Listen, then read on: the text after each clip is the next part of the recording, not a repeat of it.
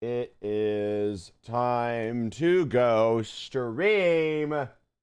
It's time. I'm ready. I'm ready. I'm up. I'm here. I'm ready. I'm ready to go. I'm ready to go. I'm ready to go. I'm ready to go.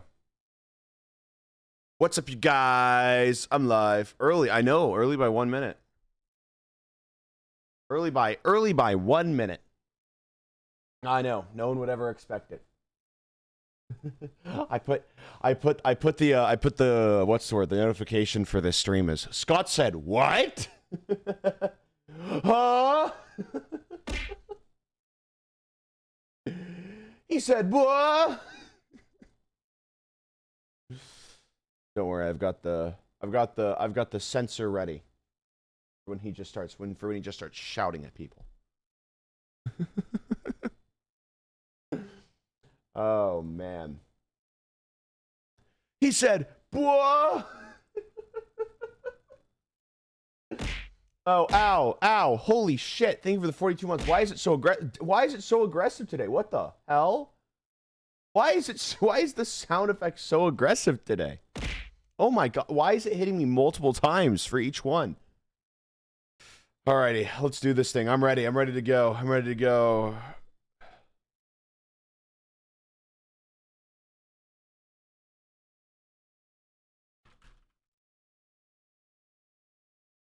Fnaf week day 4.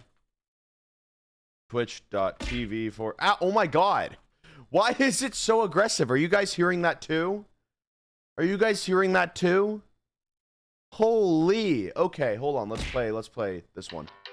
Are you guys like... It's so aggressive today.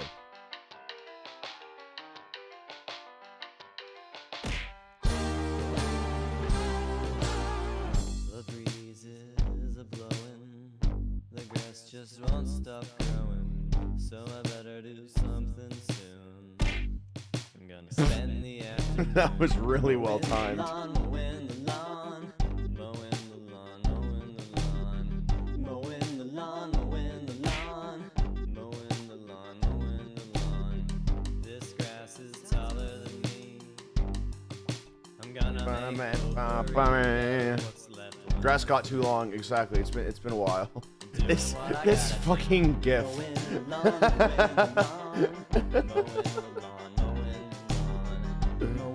Oh my god.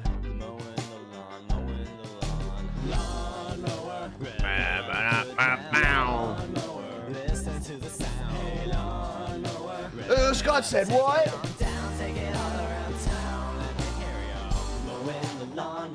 Thank you guys for the level 4 hype train. Thank you. And thank you to Corvid with let me see, with a 41 months. Jesus Christ. Thank you not for the 9 months. Mindpugs for the 42 months. Sage's Beloved for the 15 months. Kit with 31 months. Maddie 43 months. Jesus Christ. Melly 35 months. Mill 29 months. Okay with 29 months. Beepo 15 months. Belly 35 months. Fruity 36 months. Myth 32 months. Cow Noodle 42 months. Mumo 7 months. Rabbi Rose 9 months. Truly Just Jelly 35 months. Thank you all so much. Thank you all so much. Rain for 6 months. Angel 38 months. Ale 25 months. Thank you all. Thank you all. How is Moose? Moose is fantastic. I love that little guy.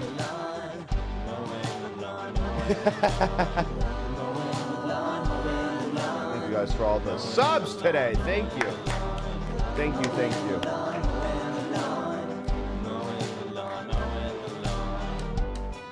Means a lot.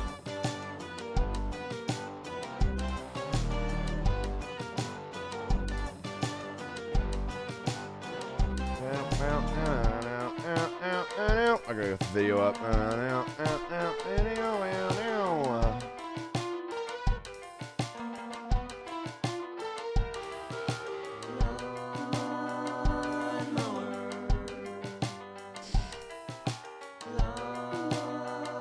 This thing is 56 minutes long. We are in for a treat. All right, let's do it. Let's do this thing. Let's do this thing. Let's do this thing. Alrighty.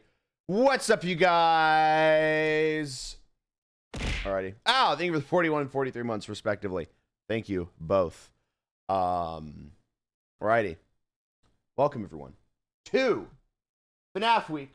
Oh, wait, actually, no, I have to do my whole intro. What am I doing? Hold on. Give me a second. Give me just a second. Hi, everyone. Hi. Wait for it. Is it working? It's working. Okay, we're good. Hi, chat. Hi, everyone. Hello, and welcome to Fnaf week. Day on the Super Nintendo party. Fnaf week day. What's the word? Day 4. Day 4. Today, we've got a treat for you all. Scott Cawthon has been allowed his 1 hour of outdoor time, and he used it to go on an interview with Daco, where he asked him questions, which I don't know the answers to. I have no idea what's about to be said. Could be good. Could be the answers to everything. Knowing Scott, though, he probably isn't going to give us any. No, knowing Scott, he's probably not going to give us much to work with here. But hey, might as well. I'm excited. I'm excited to see, how his mind works. I've got a lot of questions about what the hell he's doing. I've got so many questions about what the hell that guy does. I'm gonna be so real. Like it's incredible. It's like watching, like a I don't know, like a random animal that's just been let loose in the world. I want to know which way he rolls up his toilet paper. That's okay. This is why he only gets his 1 hour of outdoor time every week. What the fuck?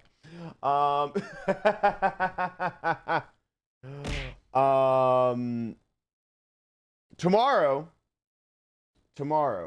we are getting some news. Tomorrow is the okay, in case hold on, I have to show you guys this. So tomorrow is the very, very famous, very, very debated upon question mark collab announcement.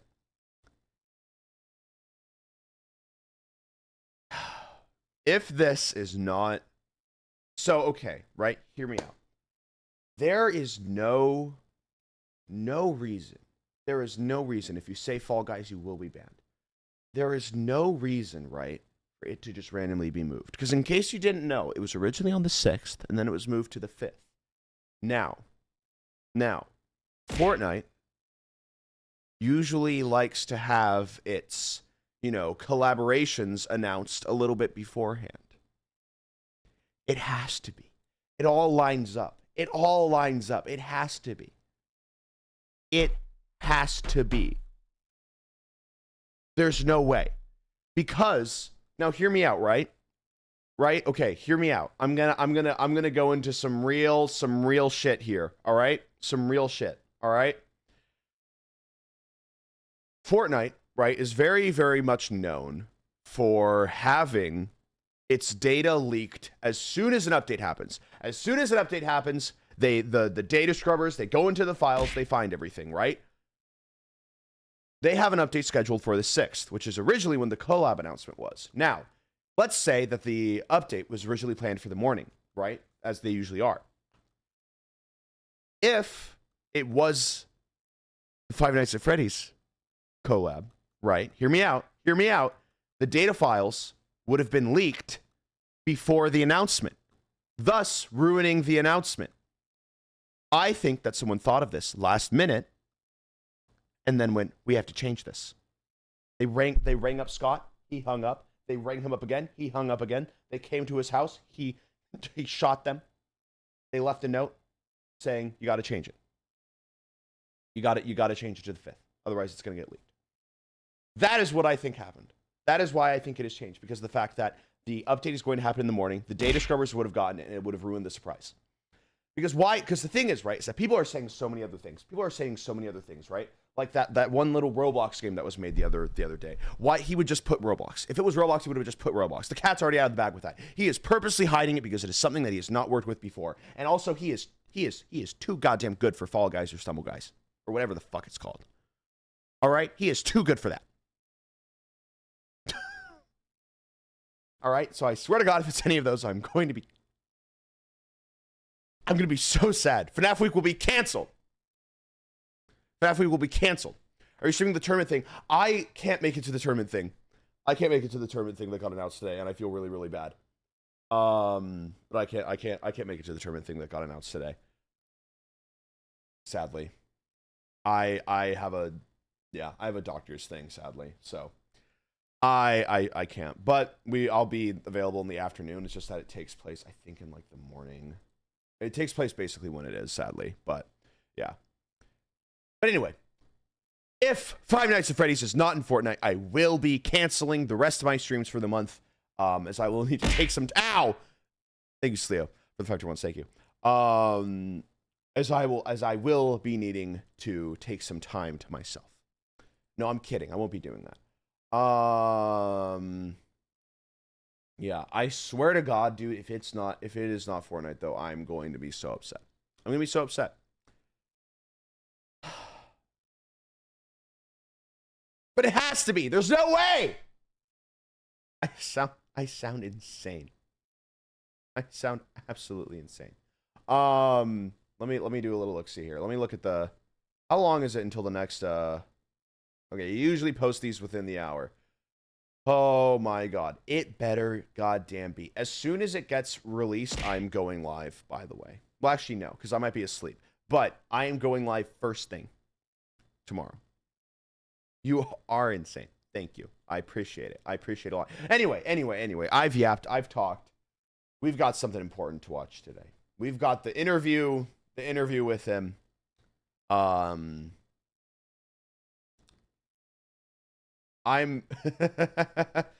will not be holding back, by the way.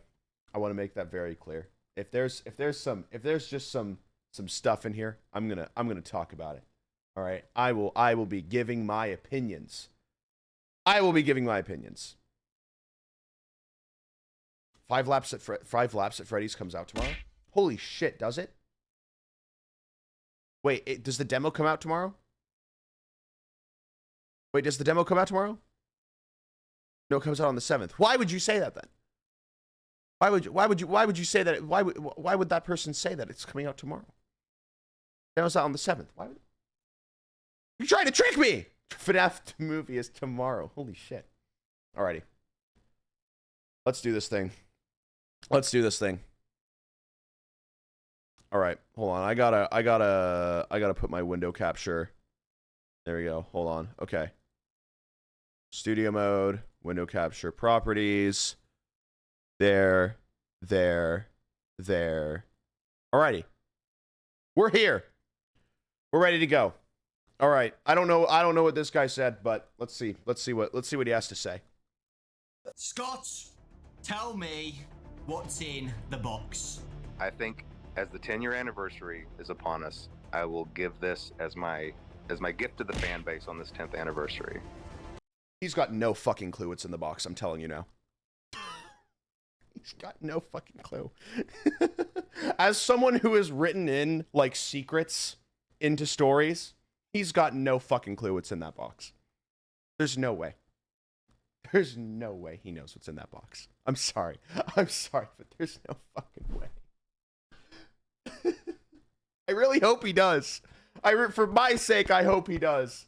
But as someone who has written like random things into stories, being like, yeah, I'm gonna explain this later. He's got no fucking clue what's in that box. There's no way. There's no way.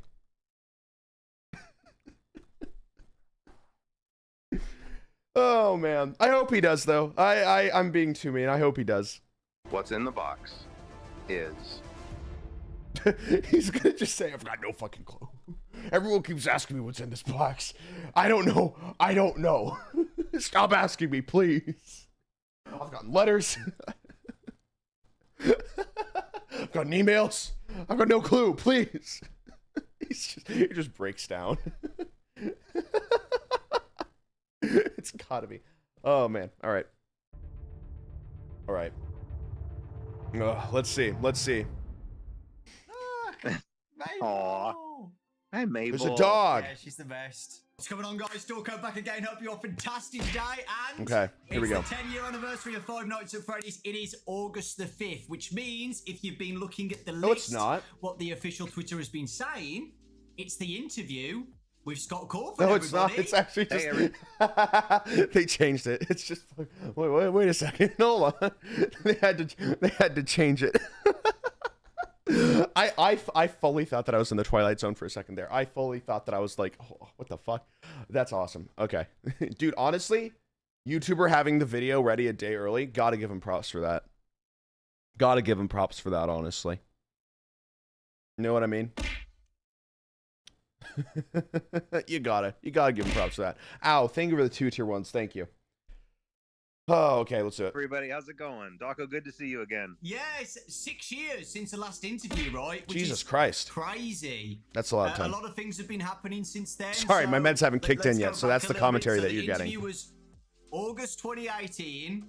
So Okay. after that, we got Help Wanted, Special Delivery, Security Breach, Help Wanted 2, Ruin DLC. So there's a lot. Okay, say what you will, but they are pumping out content for this thing like no other.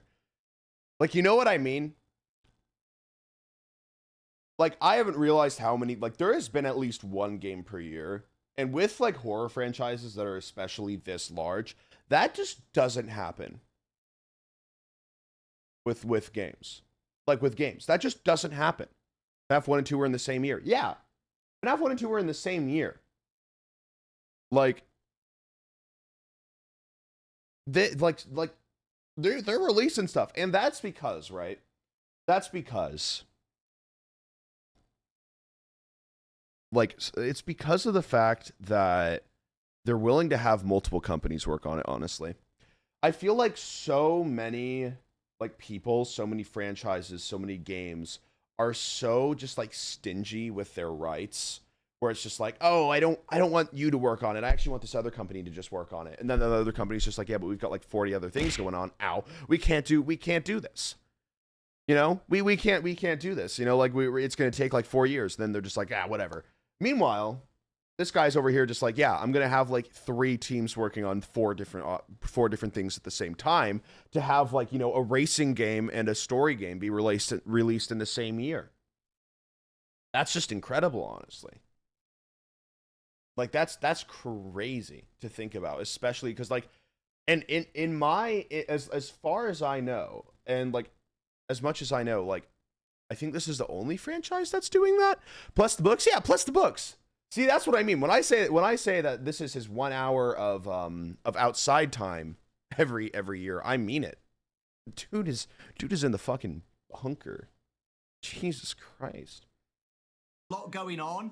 And of course, the future games as well. Not even with Yesterday, his kids. Steelwall has announced something. I don't know what it is yet because we're recording this. Oh, they haven't announced. They haven't announced it, have they?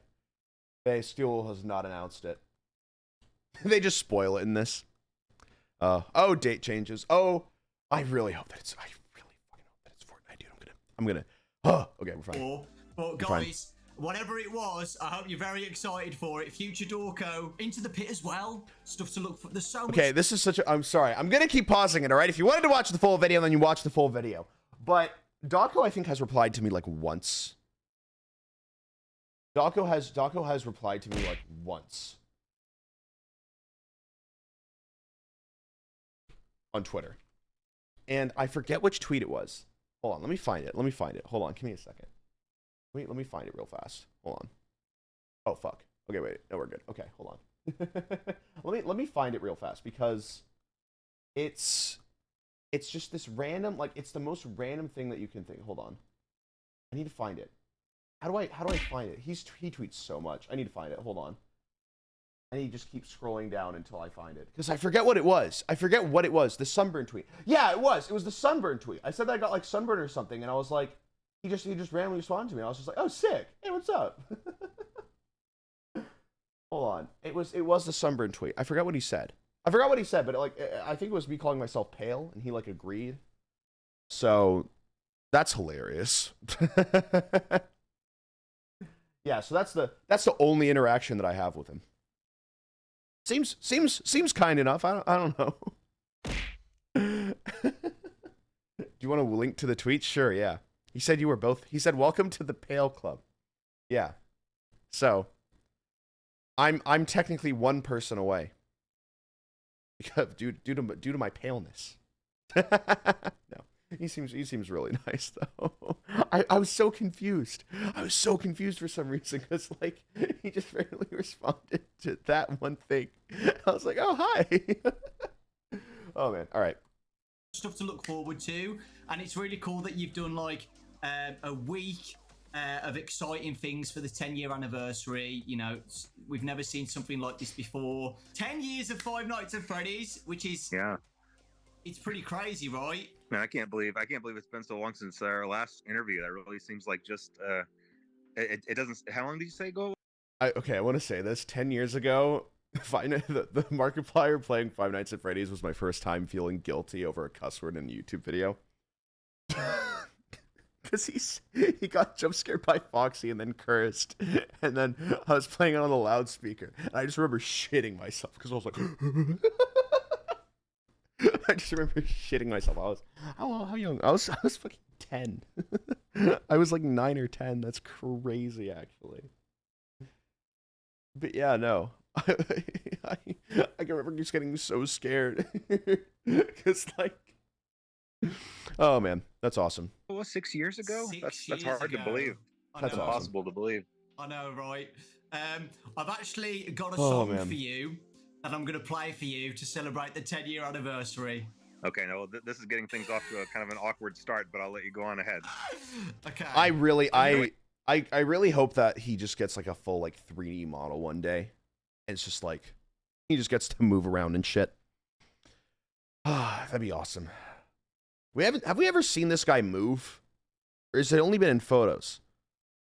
Oh, in his retirement video, in that one guy's retirement video, MapHead's retirement video. That one guy, in his retirement video, MapHead's retirement video. That was the one. That was the one. That was the one time we've seen him move.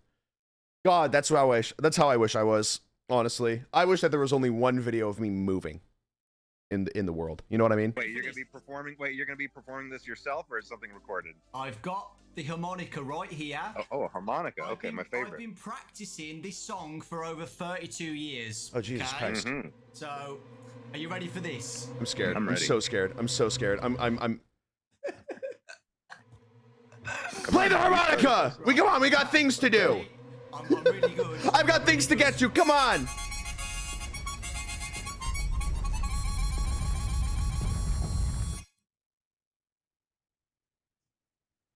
Now, I will admit that I couldn't actually hear that. I don't know if your thing was. This guy's sitting here like, damn. This guy's sitting here like, damn. I make $1 million a second. What am I doing here?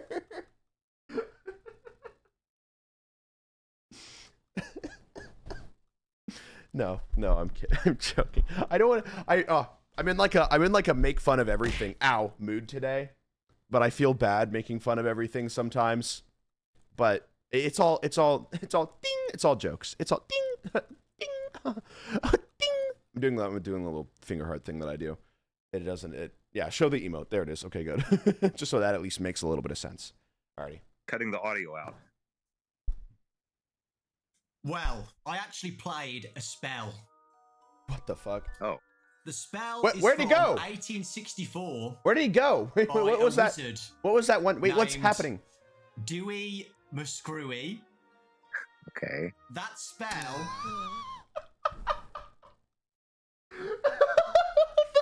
the fucking. Okay.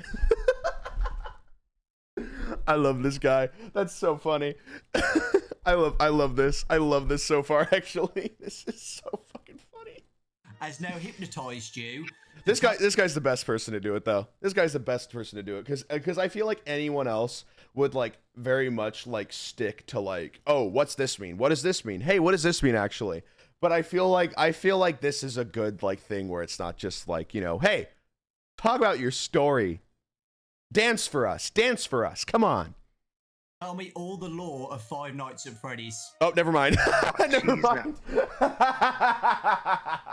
mind. Never mind. I spoke too soon. I thought we talked about this in advance. Now listen, this is a bad idea to start talking about lore. All right, well here you have to give me specific questions, and I like to think that the gameplay that's happening in the background is just actually what Scott's doing during this interview. he's just playing the first game. I can answer for you. He's just playing the first game in the background. midway through the interview, he just goes, "Oh shit! I mean, what? Sorry."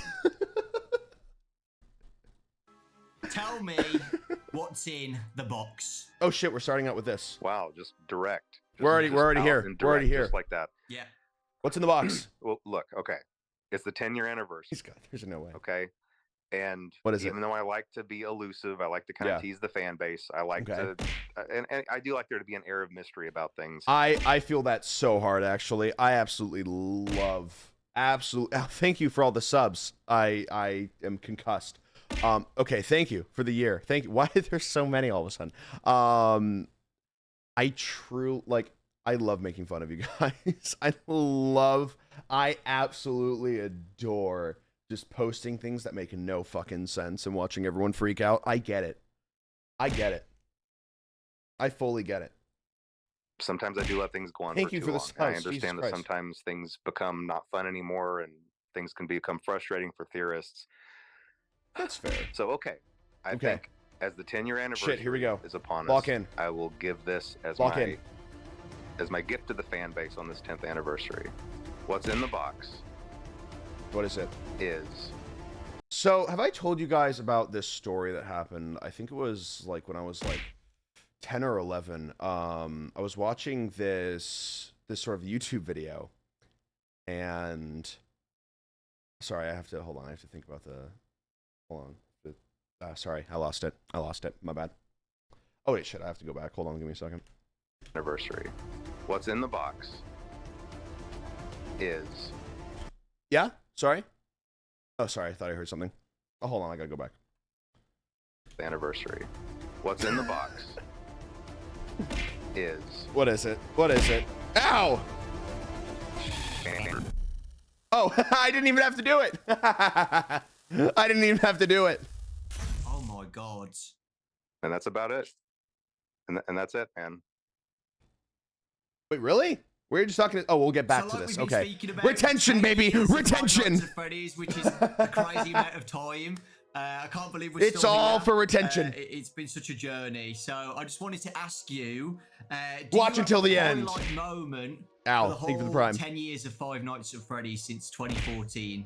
I think there have definitely been a lot of satisfying moments. Like obviously, I think it was when I wrote that thing whenever about one of the new like, games would come that out map and it would be pack guy. positively received. That was obviously a huge relief.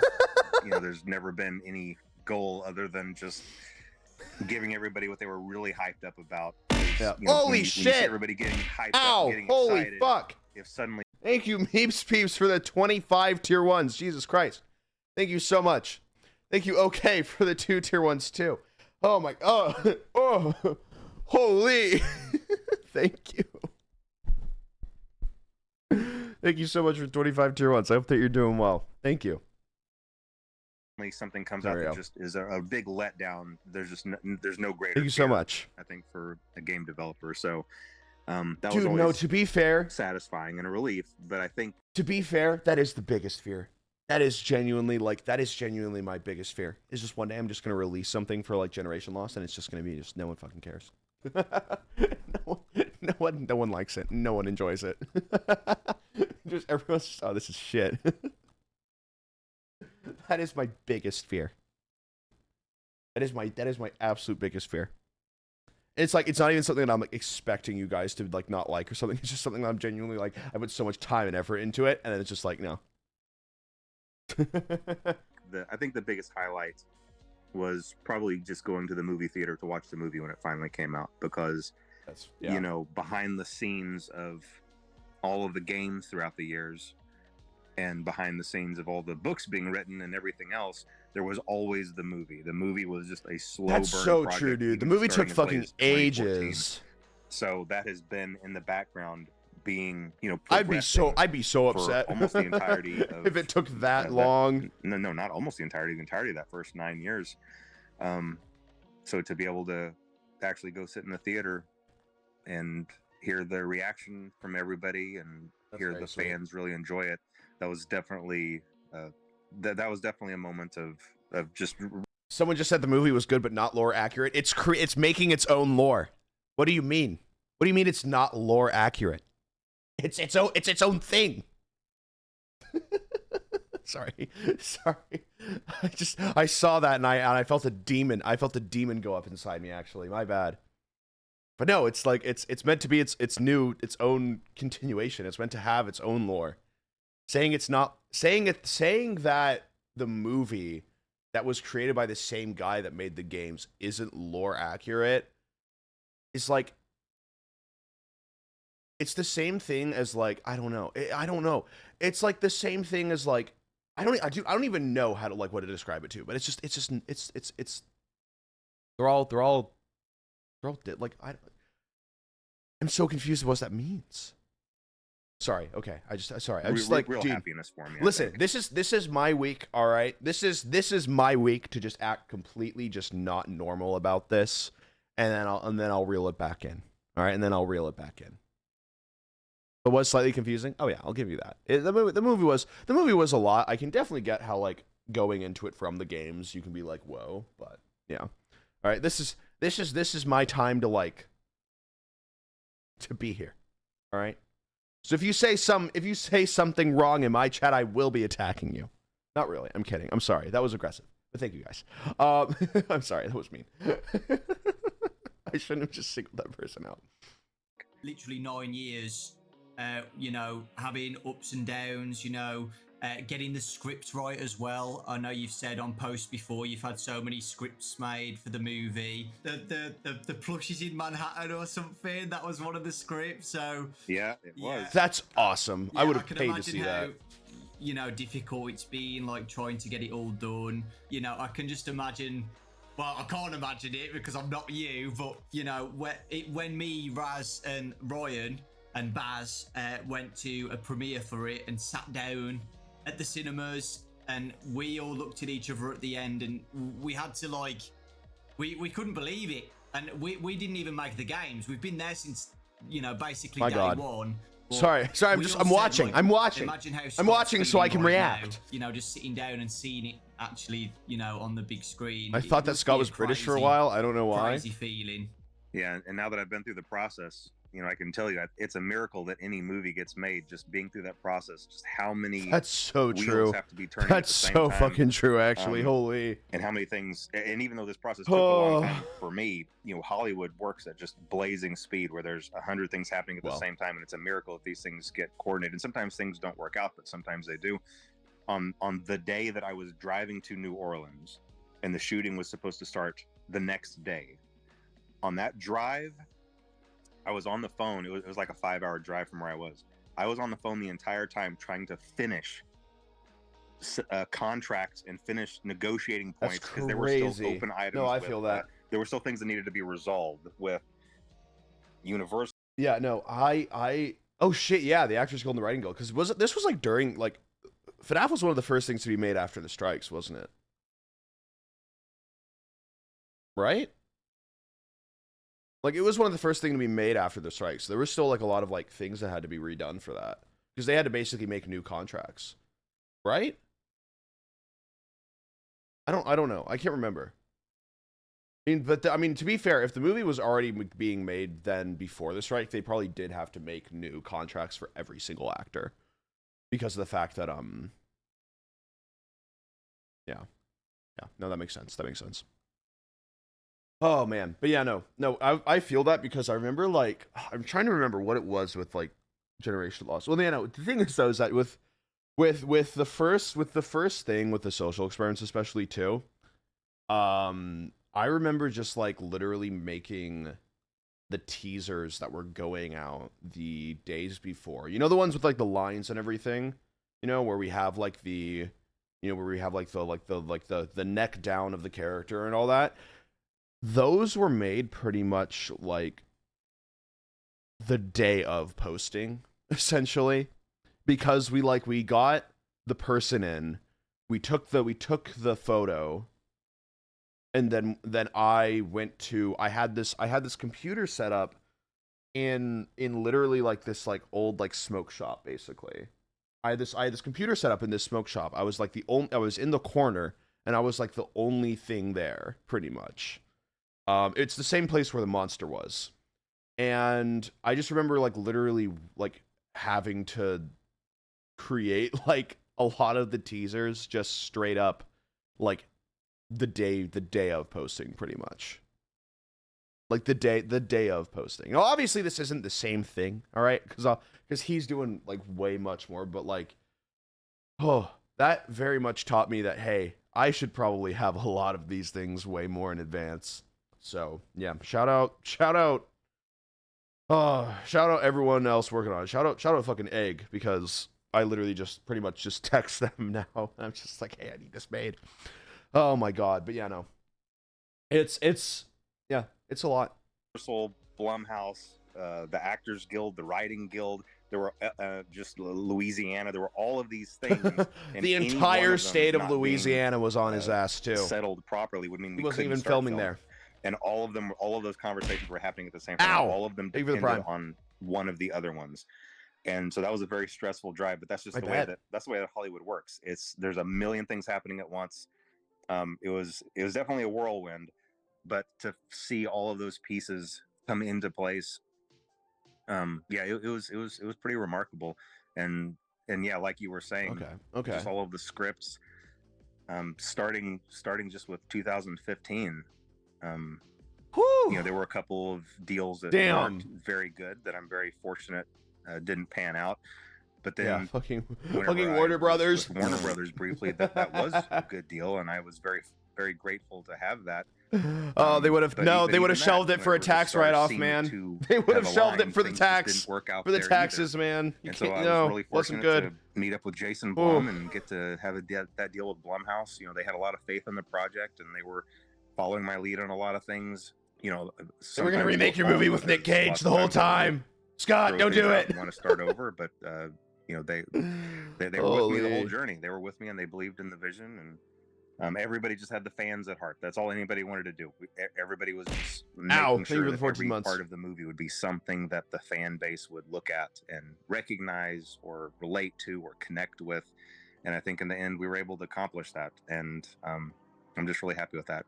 And I think we landed with just the perfect cast, which, again, that almost didn't happen either. There were a couple of instances where someone else was about to get a part, and then something would happen that would make that not work out, and then someone better would step in. And I've said this. Someone better. Oh my god. Oh my god. Every person that was before just got absolutely violated. Actually, every single person that was cast before. Nothing. You are nothing. Oh man. Hold on. I need something. I need something real fast. Okay, there we go. Perfect.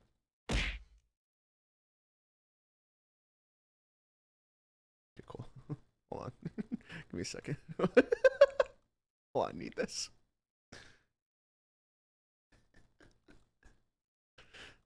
Hold on. I need this real fast. Fantastic. Okay. Cool. Oh. Hold on. Okay. I just need that. I just need that for some moments. Okay. Continue on. My contacts at Blumhouse numerous times just over this last 6 months, even since the movie came out, thinking, aren't we glad that we got like Josh Hutcherson for this role? Like, isn't it great we had Elizabeth Lail for this role? Isn't it awesome we had Matthew Lillard for this role? That's even more isn't it crazy, great dude. We ended up with Piper Rubio for this role. Like, every single person that we ended up with was just absolutely perfect in Matthew those slots. Lillard. And everybody was just a delight to work with. Once again, since I'm new to kind of the film industry, I got to talk to people about their other experiences on other projects, and it can be really scary because usually, from what I understand, every production has one one member of the They cast had or him. one They have a person fucking on point. staff, That's just awesome. one person that causes problems or something like that. We didn't have anything like that. Nothing like that. Everybody was someone that just causes a tantrum. Just someone threw Freddy Fazbear to the ground, kicks him. phenomenal. They were just a joy to work with, and getting to go to filming was really fun. So it was a really fun experience, and in the end, I'm just happy that the fans were happy with it. Now, that's not to say the film didn't have it's places where it could have been improved, and we're all and me and Emma and Jason Blum, we're definitely chat about that and looking to make sure the second movie is a step up and an improvement. So that's exactly why I think the second movie is going to be more scary. That sentence right there is exactly why I think it's going to be way more scary. Because that was like the main thing from the first one, is that people were just like, oh, it just wasn't as scary. But I think that that's why it's going to be way more scary. But honestly, if it wasn't, I wouldn't mind. I wouldn't mind, honestly. Because the thing, dude, the best moment, it still had the best moment, in my opinion, of any FNAF-related thing. And that was the bite.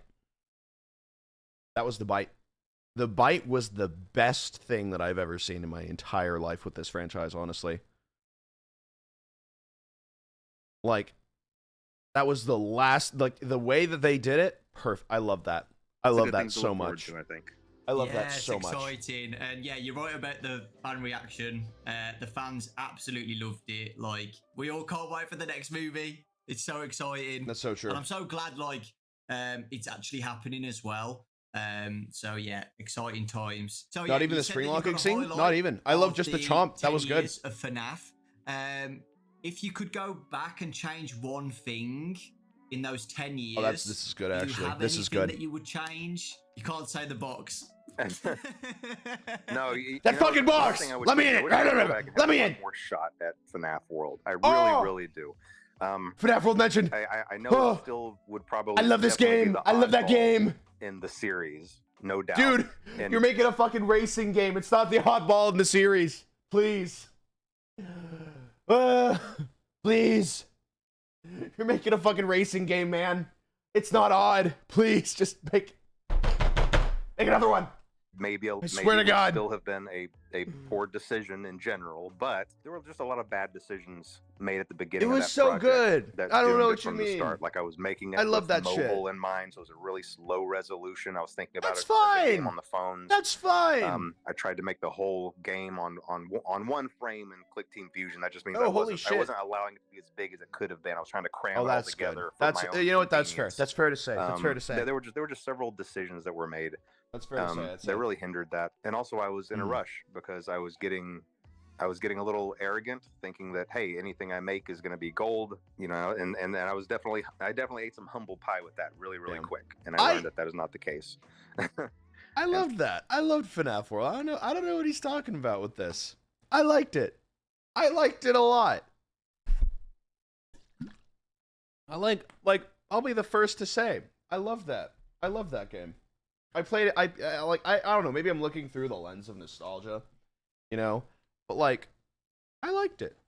He admits the fault. Yeah, no, that's you know what? To be fair, props to him for admitting that he was like, anything I'll make will be gold. Like that is really good though, because that I don't think I'm ever gonna have that problem, because I think that I have the opposite. I have the opposite of that.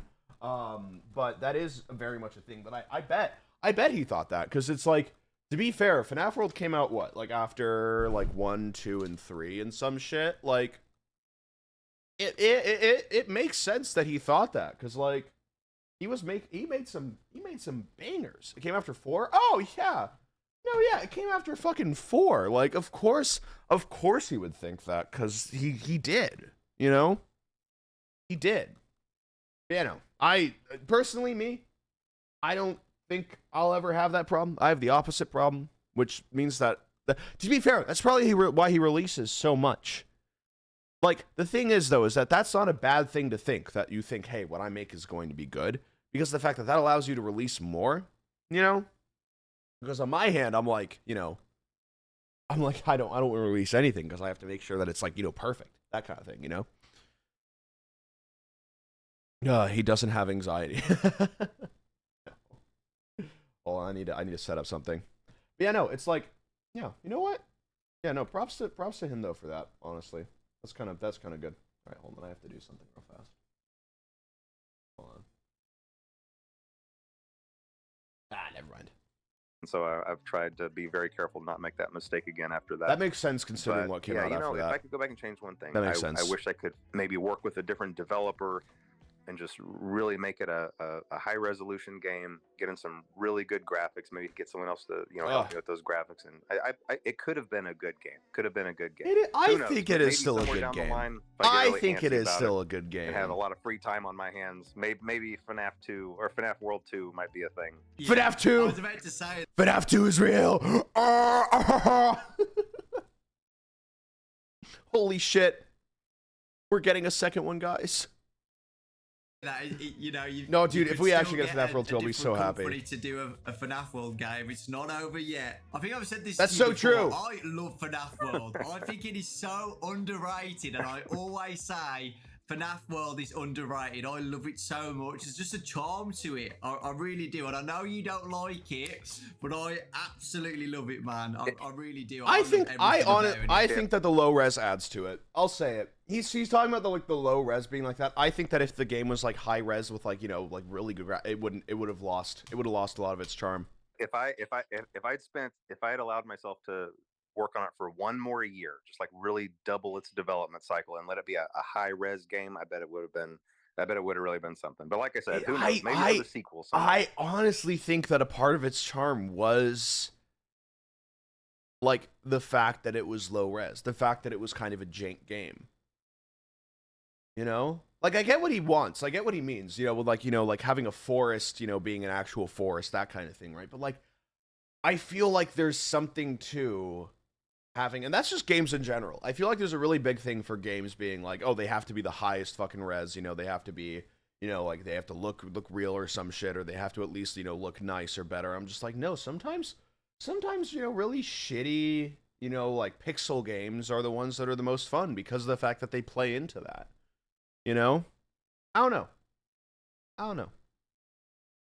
Let's move on. But I mean, who am I to say shit? Who am I to say anything? The amazing Steel Wool Studios. That was the next game after Ultimate Custom Night. Help Wanted. One of my favorite games.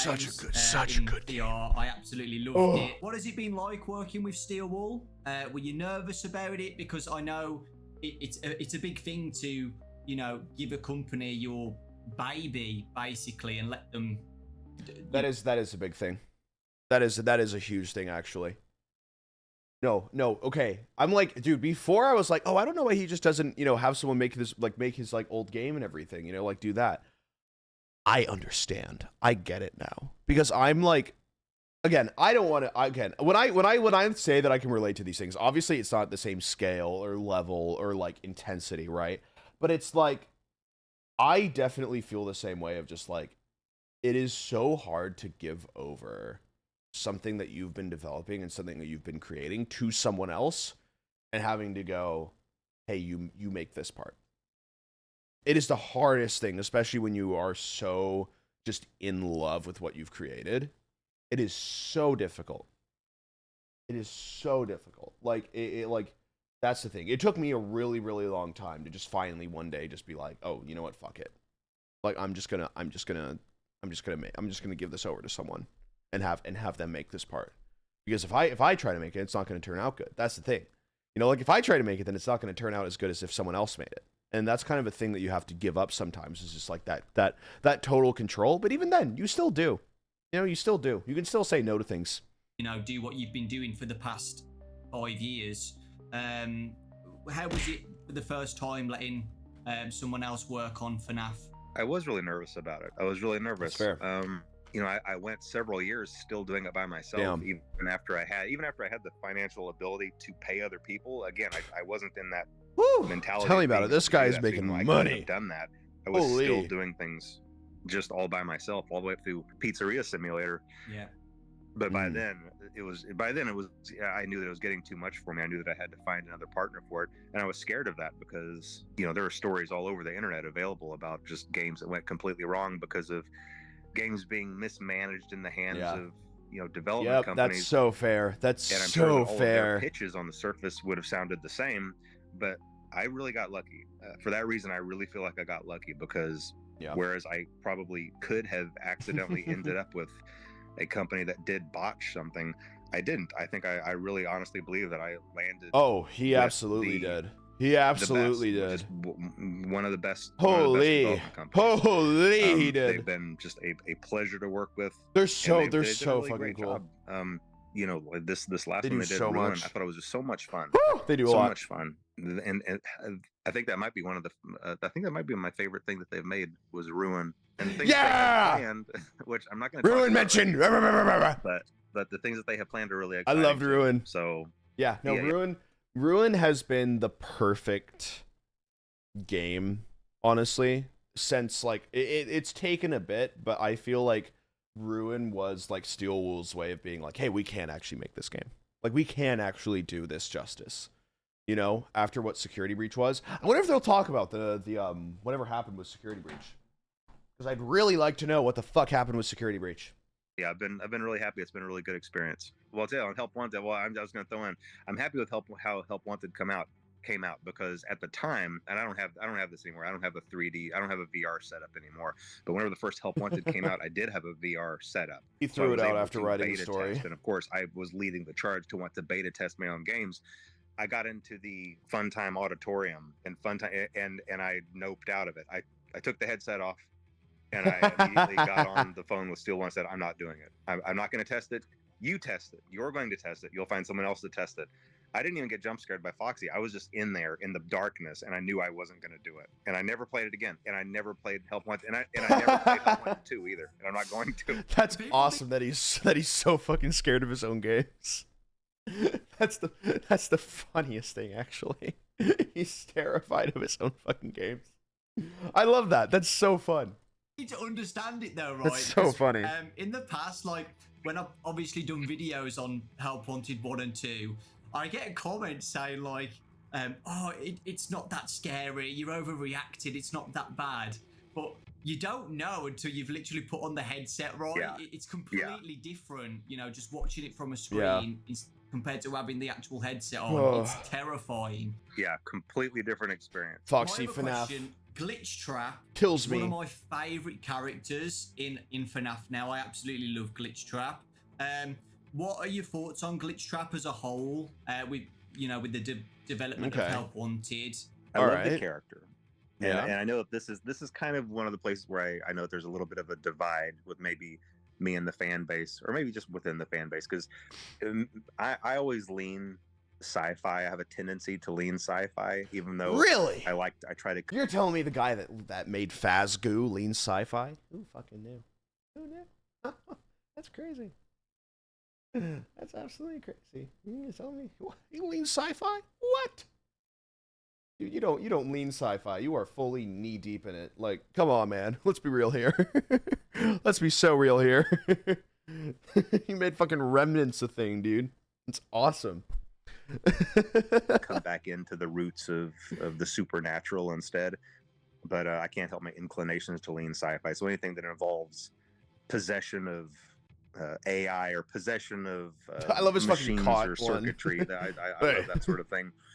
So I love the idea of Glitch Trap. I'm not a huge fan of the name, and here's the way that these things happen. Okay, and this happened with Burn Trap too. Whenever I'm in the planning phase with Steel Wool, we come up with temporary names for these characters, whenever we're doing the pre-production document, I'll say, well, he's glitchy, we'll call him Glitch Trap. Oh yeah, he's Burn, we'll just call him Burn Trap. But then those names get embedded in the source code because that's not even the fucking name for them. And once they're in the source code, and once someone finds them in the source code, that's it. Like that's the canon name now. Oh my god! Thank you for the 24 months. And that's terrible. I'm so that sucks. Going forward to maybe find I don't know to just hone in on a better process there, because yes, I love the character. not a huge fan of the name, but it is what it is for now. You know, it's the name. I love Glitchtrap's name. Can you think of a name like on the spot, like what you would want to call him or not? Oh, I have no idea. But you know what? A good example is Michael Bafton. Nexus, you know, from Ruin. Oh, that Now, is a good name. That That was is a good name. Where Sorry, I'm just getting even in stock just photo. my design of the game, I thought that through, and I came up with that. And I'm really happy with it. I really like that name. It's a really cool name. Mhm. But now, see, if I didn't have one of those ready to fire off, I might have thought up something like, I don't know, Purple Trap or you know, or AI Trap or just something temporary, and then that would have been the can name. That would have been so much. Oh, that worse would have been fucking than awful. Nexus. So After Help Wanted, we got Security Breach. Oh, they're talking about Security were you Breach. happy with the release of Security Breach when it first came out? Security Breach. There's a really big story behind. Oh, what that. happened? Oh, I'm so definitely a intrigued. Challenging period, and a lot of things. Security Breach mentioned. Didn't line up Whoa. perfectly for that, and there were a lot of reasons for that. I mean, What was the obviously, reasons? I hear lots of studios and things kind of blame COVID for stuff, but there is a reason for that. You know, COVID took well-structured work systems and suddenly fair. Okay. scattered them. And That's fair. expected the work to continue to flow, and it just doesn't work that way. From my understanding, I'm pretty sure most, if not every member of Steel COVID Wool mention. got Boo. scattered across the country, and Boo. we're trying to just carry on with the workflow. And it was just really difficult. I think that's really That's the fair. only example when my idea of how a game was going to go was misaligned with how things were going with Steel Wool. And Oh shit, he just didn't know. Oh fuck. in mind. Okay, for Security Breach, I really did. I had a very specific story in mind, and it is very different than the one that got in the game. Ah! I'm gonna die instantly, I think, dude. I'm so sad about that. Oh, you've got to be kidding me. So there's a whole other fucking story to Security Breach.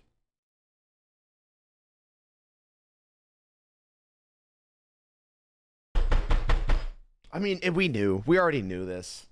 We already knew this, dude. We already knew this. Oh, that's so sad. That's so sad, actually, thinking about it now. Damn. Oh, that's so annoying. That's so sad. Just because of misalignment. Literally just because of the fact that there couldn't be communication within the... Oh, fuck. That's so sad. Security Breach remake when? That's the thing, is that FNAF really doesn't work with remakes. I'm gonna be so real. I don't know. I feel like it doesn't work with remakes. If you were to remake it, then it would just... Especially now that there's been sequels. Especially now that there's been sequels to, like, Ruin and everything. That story is cemented. You can't change that, really. You really can't change that.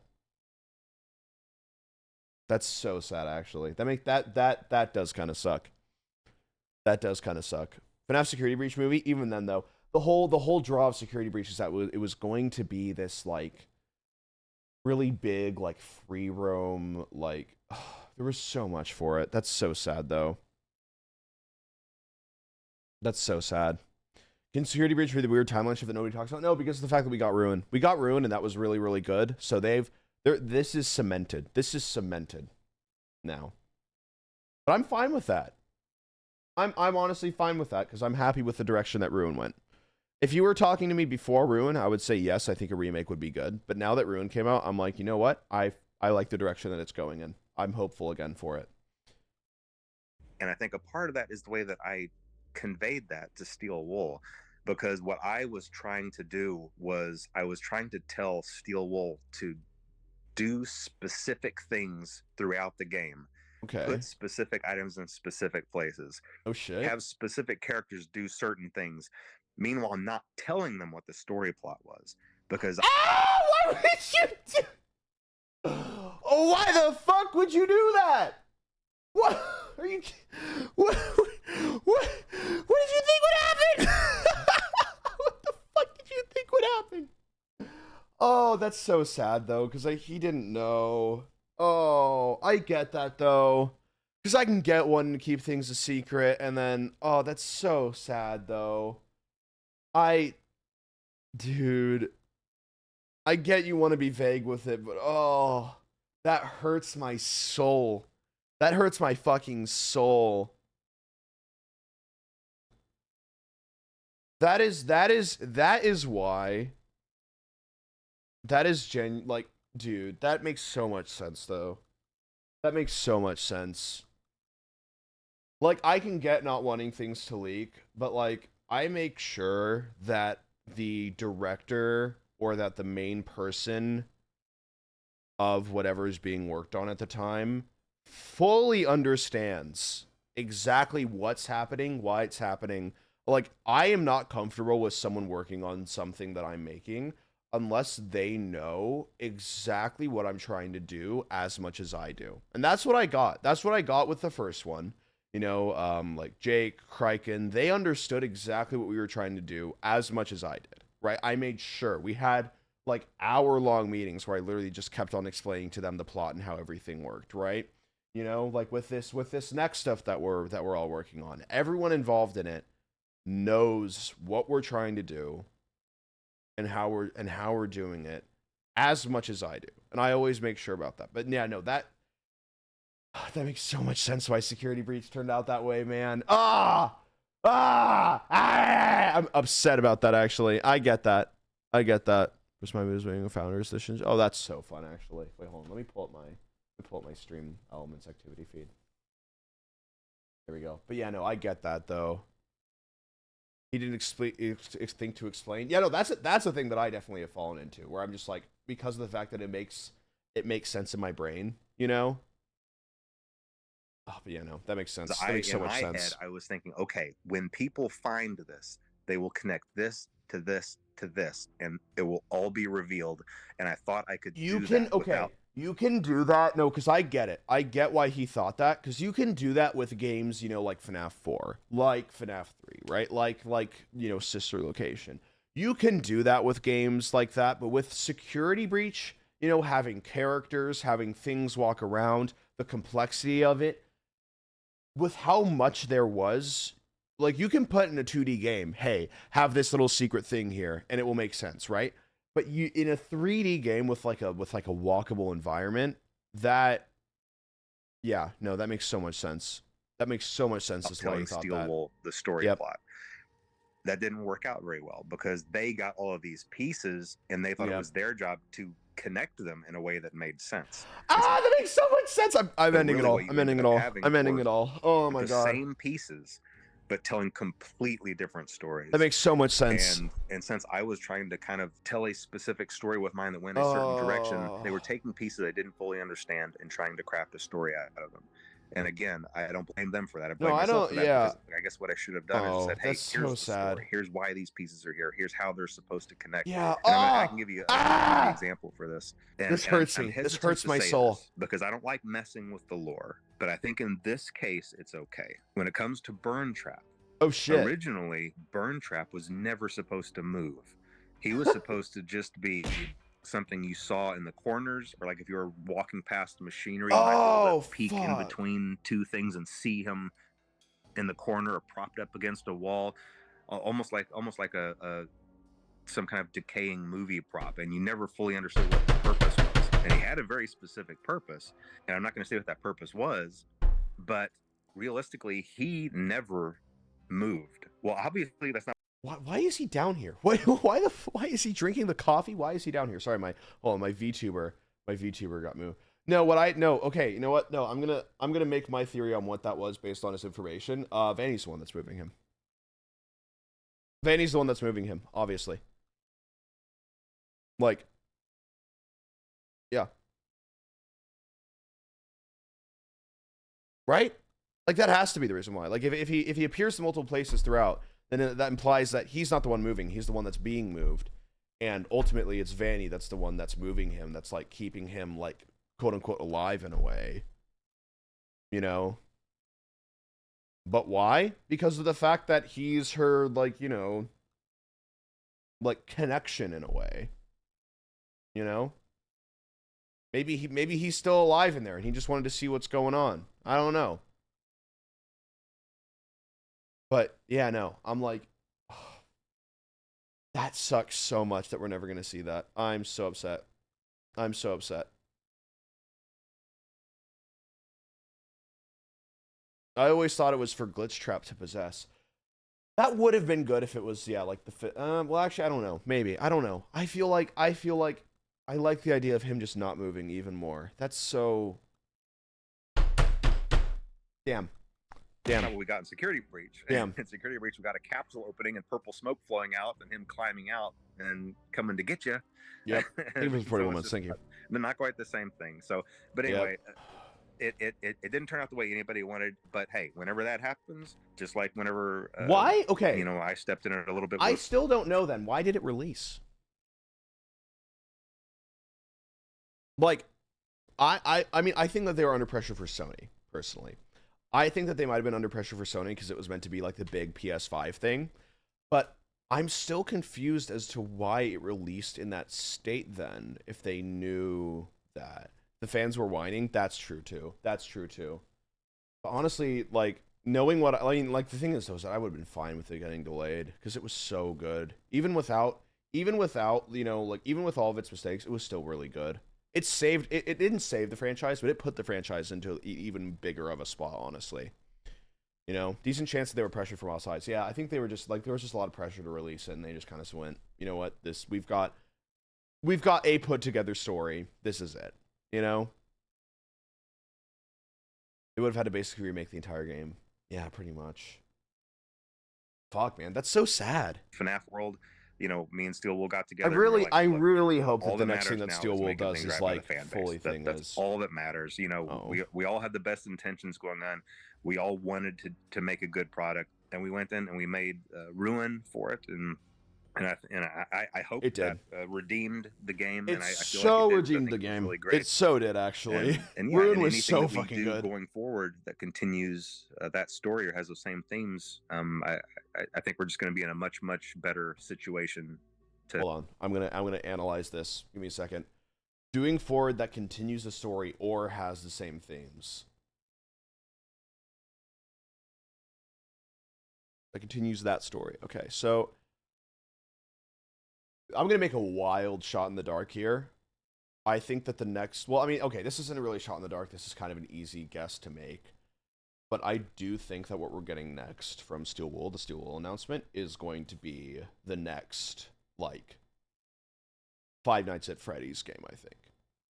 But you know what I mean? Not, okay, that doesn't make any fucking sense. Yeah, no, wait, no. I mean, like, it's gonna be, like, the next, like, one of the main games. You know what I mean? Like, it's gonna, like, people are going, when they list out the games, right?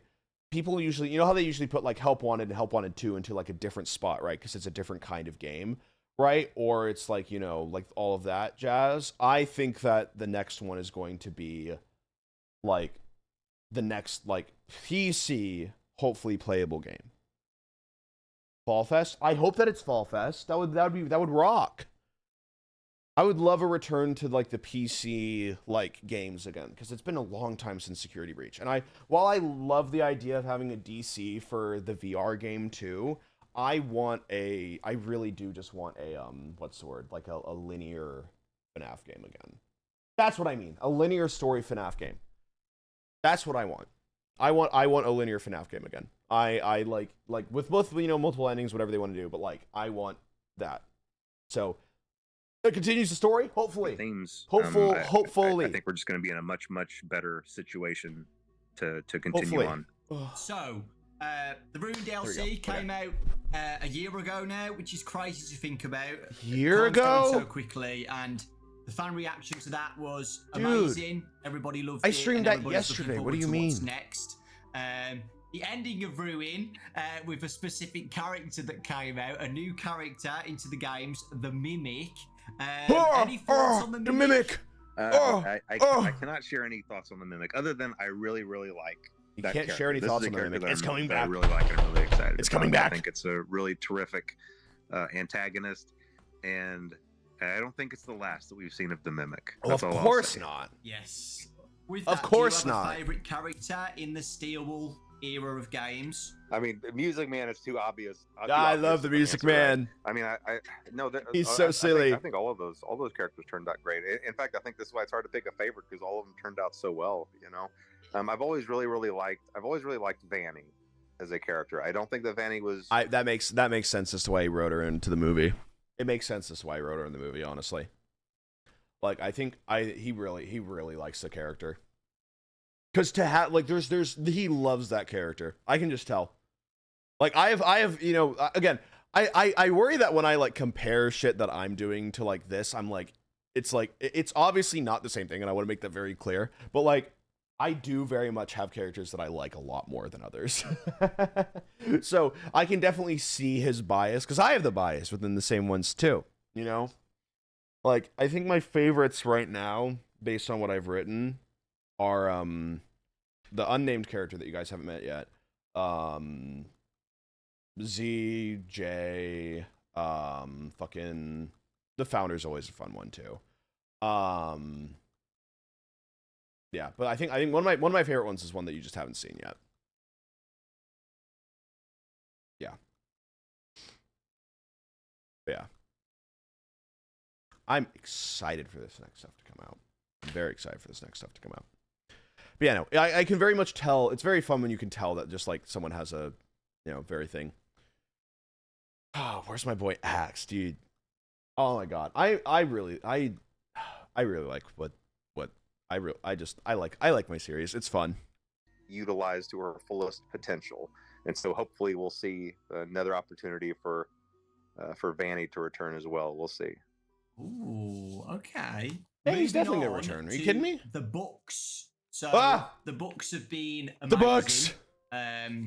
I've been doing little summary Wait, hold on. videos. I need another. Hold on. I need another.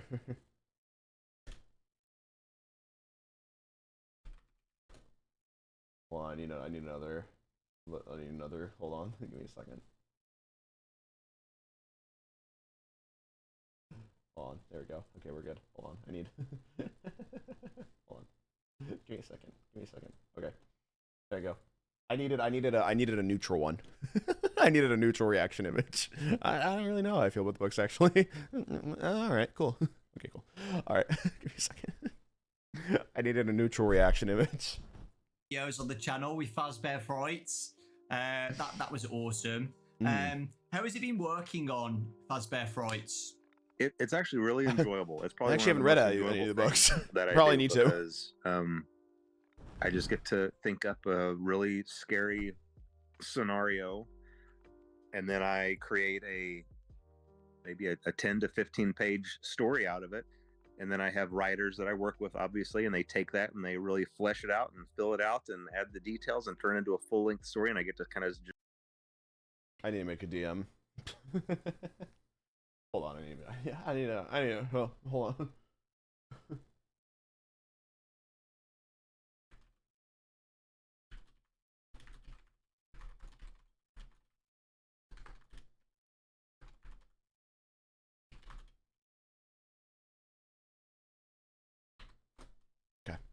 Sorry, just really see it come to life. It's been really enjoyable, and that's something that I really enjoy. It's funny because it's one of those things where as long as I know that's no, I'm kidding. I've had ideas for books for ages. I might be at the gym, or I might be watching the show, and then suddenly something will come to mind. We're gonna get buff Freddy Fazbear. We're gonna get to Freddy Fazbear getting absolutely jacked. They're like, oh man, this is gonna make a great story, and I get right home and I start working. What made him think of Fazgoo? What made him think of Fazgoo? Do you have a favorite story out of all of them? I think my favorite story it's probably Bunny Call. I know that's kind of an oddball choice, but there's a reason for it. It's because some of these stories are based on my real life experiences. Bunny.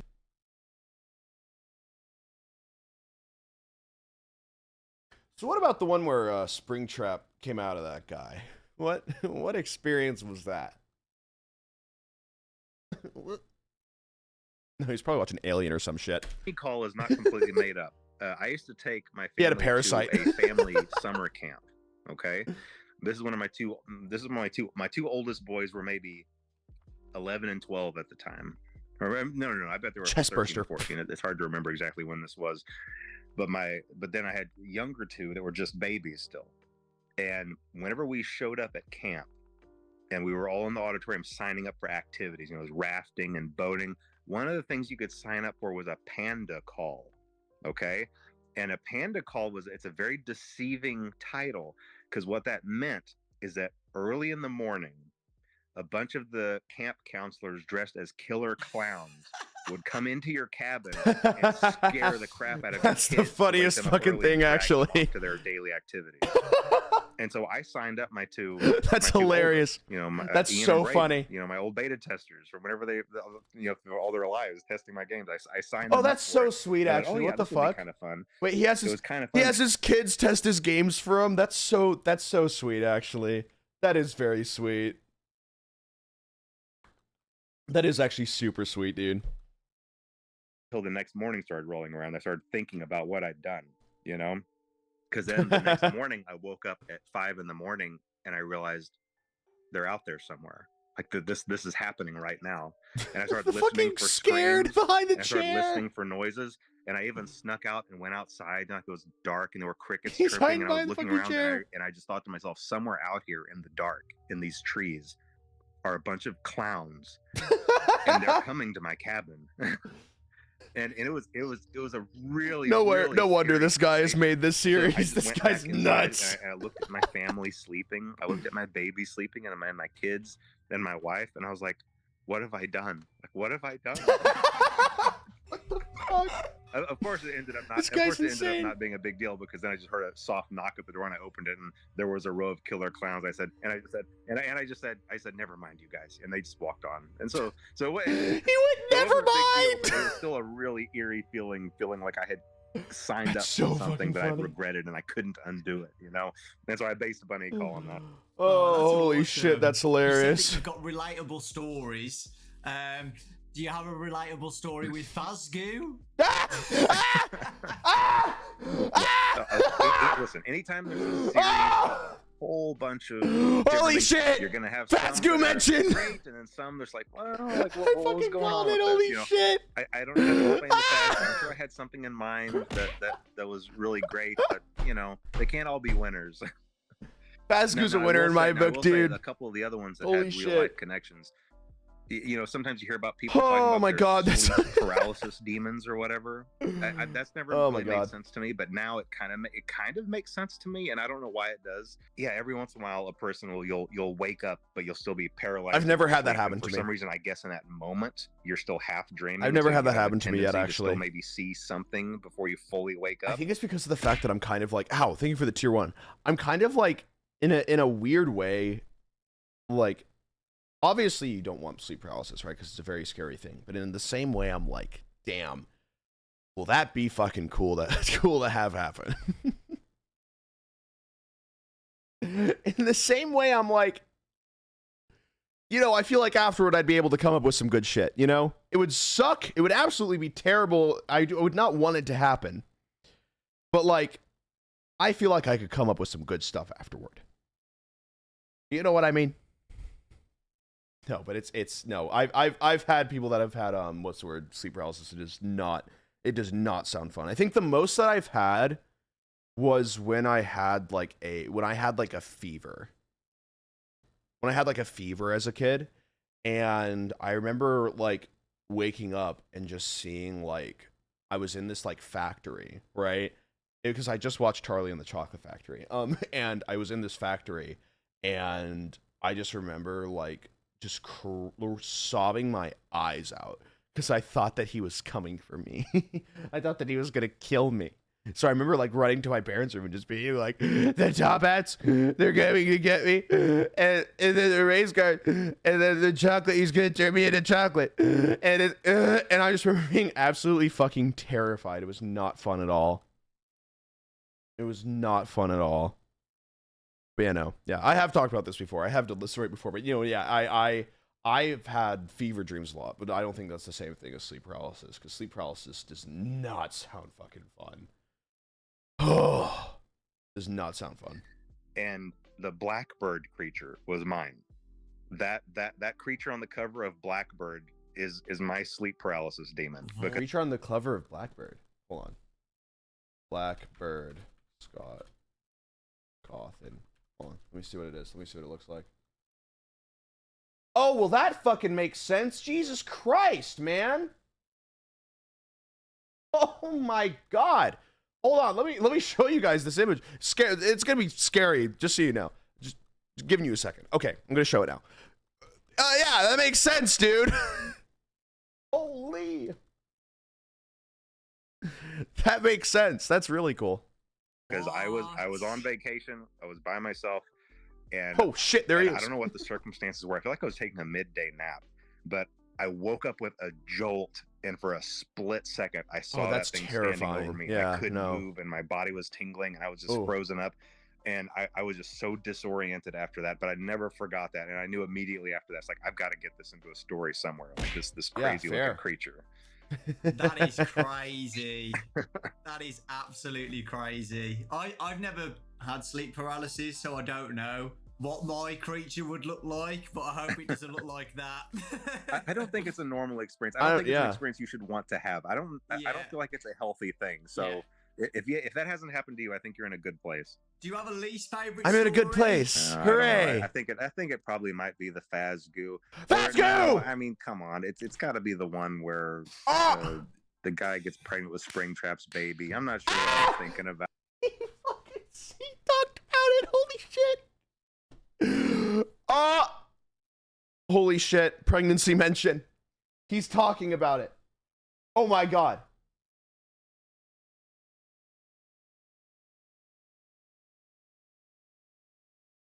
That's incredible. That's incredible.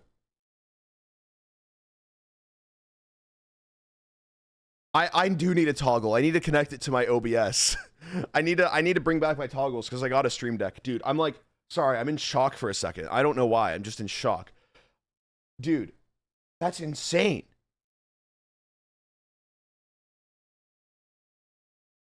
He's talking about it, dude. He's talking about it, man. Oh my God. Finally. Hold on. Has there been any teaser post yet? Interesting. There hasn't been a teaser post yet, despite it being around the time that he usually posts a teaser. Okay, sorry, I just had to check.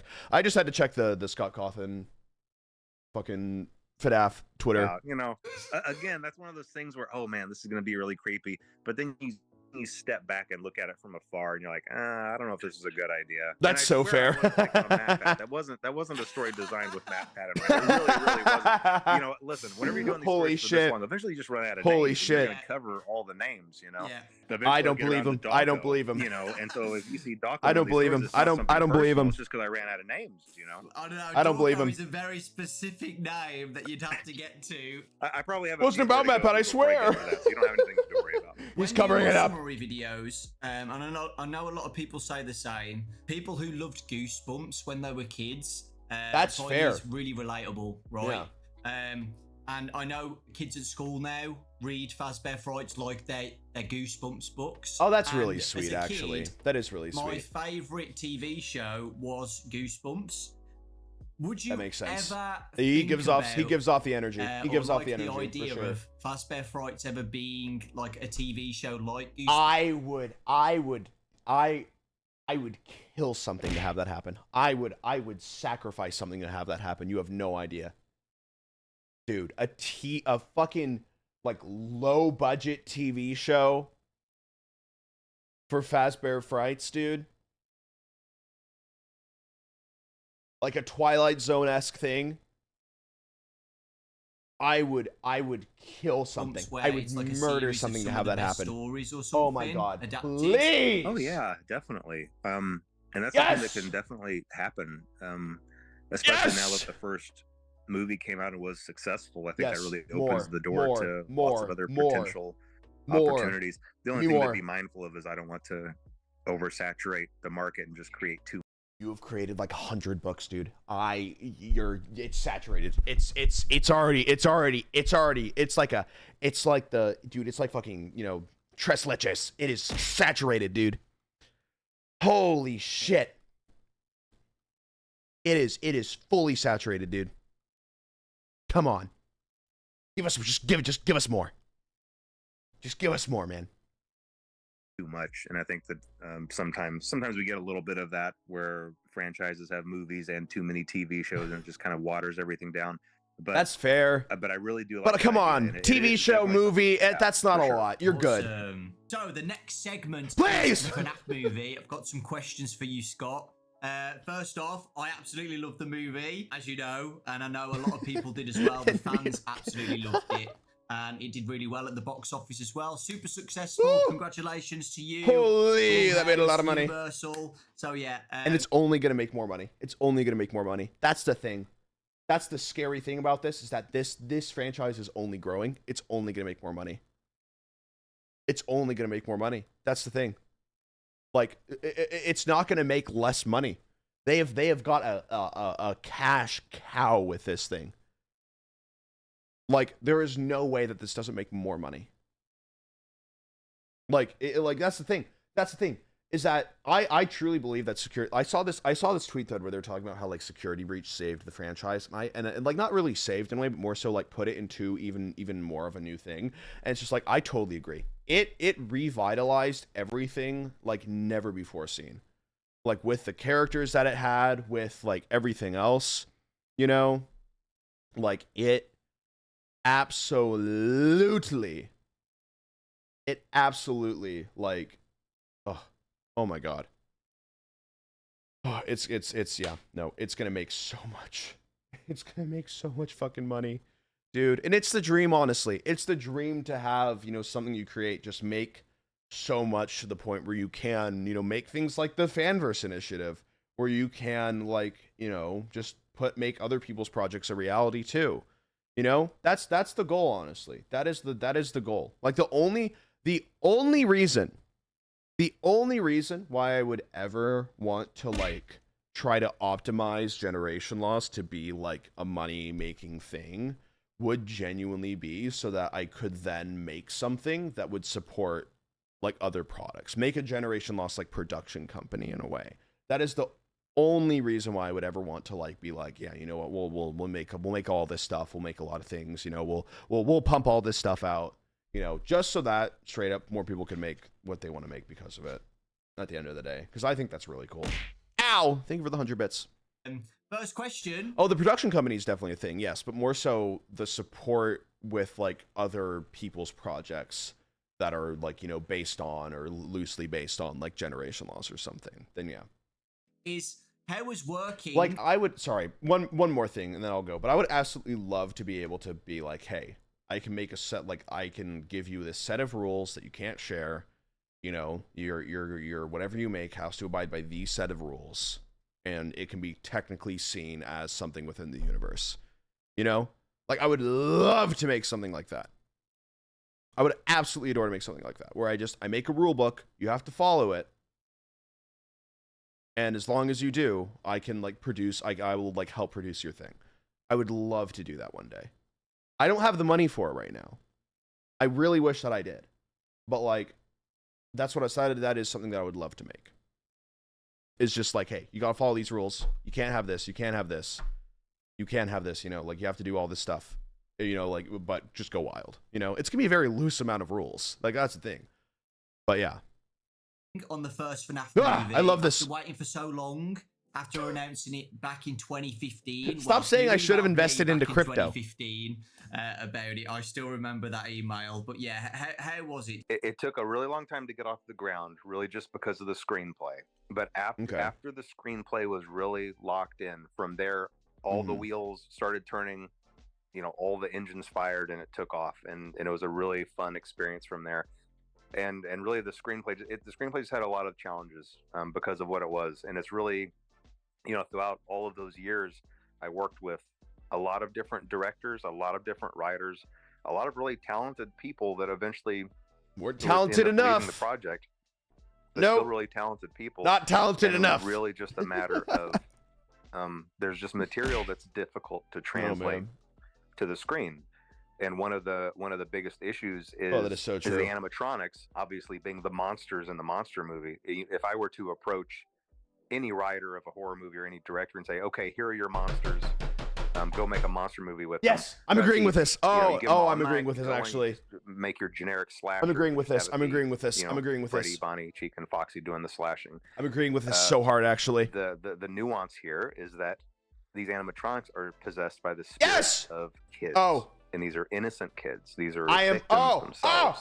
Oh. So it's Yes! very, very difficult to still have This is a horror exactly. movie, This is exactly. still what it have those fucking kills is. that you need, but still preserve. I remember there was so many people that were just like, oh, I wish that the animatronics were scarier and everything. I'm just like, dude.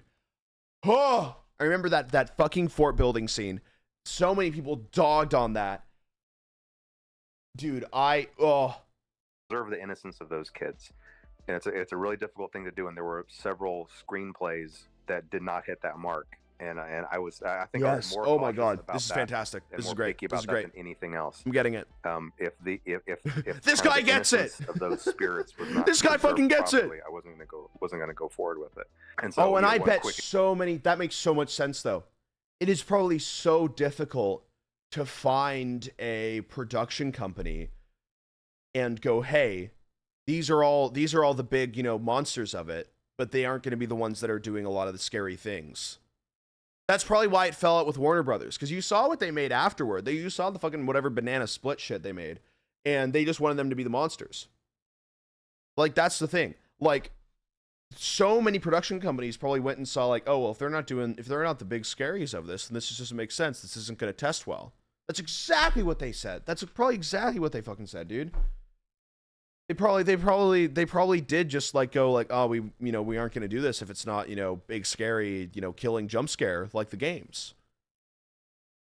Oh, that actually makes so much sense as to why it took that long then. example is the way that we were able to have a couple of kills in the movie was obviously the vandals. You have a group of people who are breaking in, they're disrespecting the place, they're trashing the place, they're there with bad intentions. Exactly. And then you combine that with the fact that these animatronics are, the spirits in them are these kids that are basically very confused and lost, animals backed into a corner, and kind of left with this impression that adults are dude, out to get I them, feel so fucking adults liberated breaking right in. now. Holy And shit. so it allows you to have that kill count while still being like, well, I can kind of see how that might happen.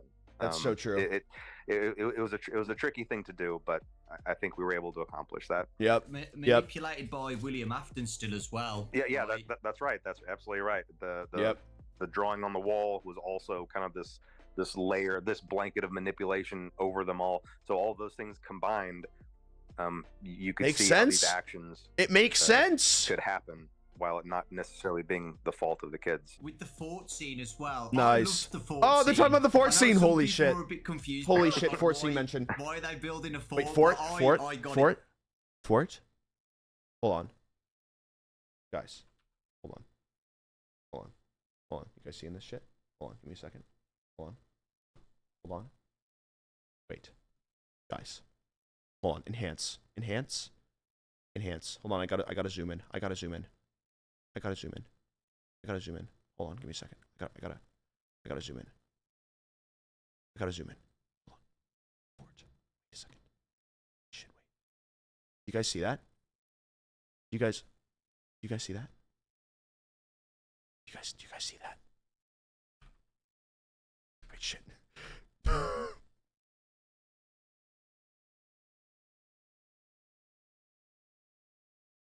Holy shit. It's happening.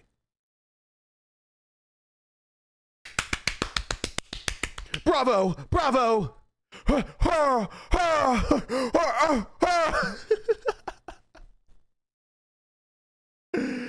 Oh man, all right. Sorry. If that doesn't happen tomorrow, I'm ending it all. All right, let's do this thing. No, I'm kidding. Okay, let's go. Straight away, you just want to show the audience that they're just kids, right? Were you happy with the first movie and how it came out? Yes, I am. I am Good. very happy. I mean, look, It's a good anytime movie. Anybody, I think pretty much anybody who's been through a process like this would be able to look back.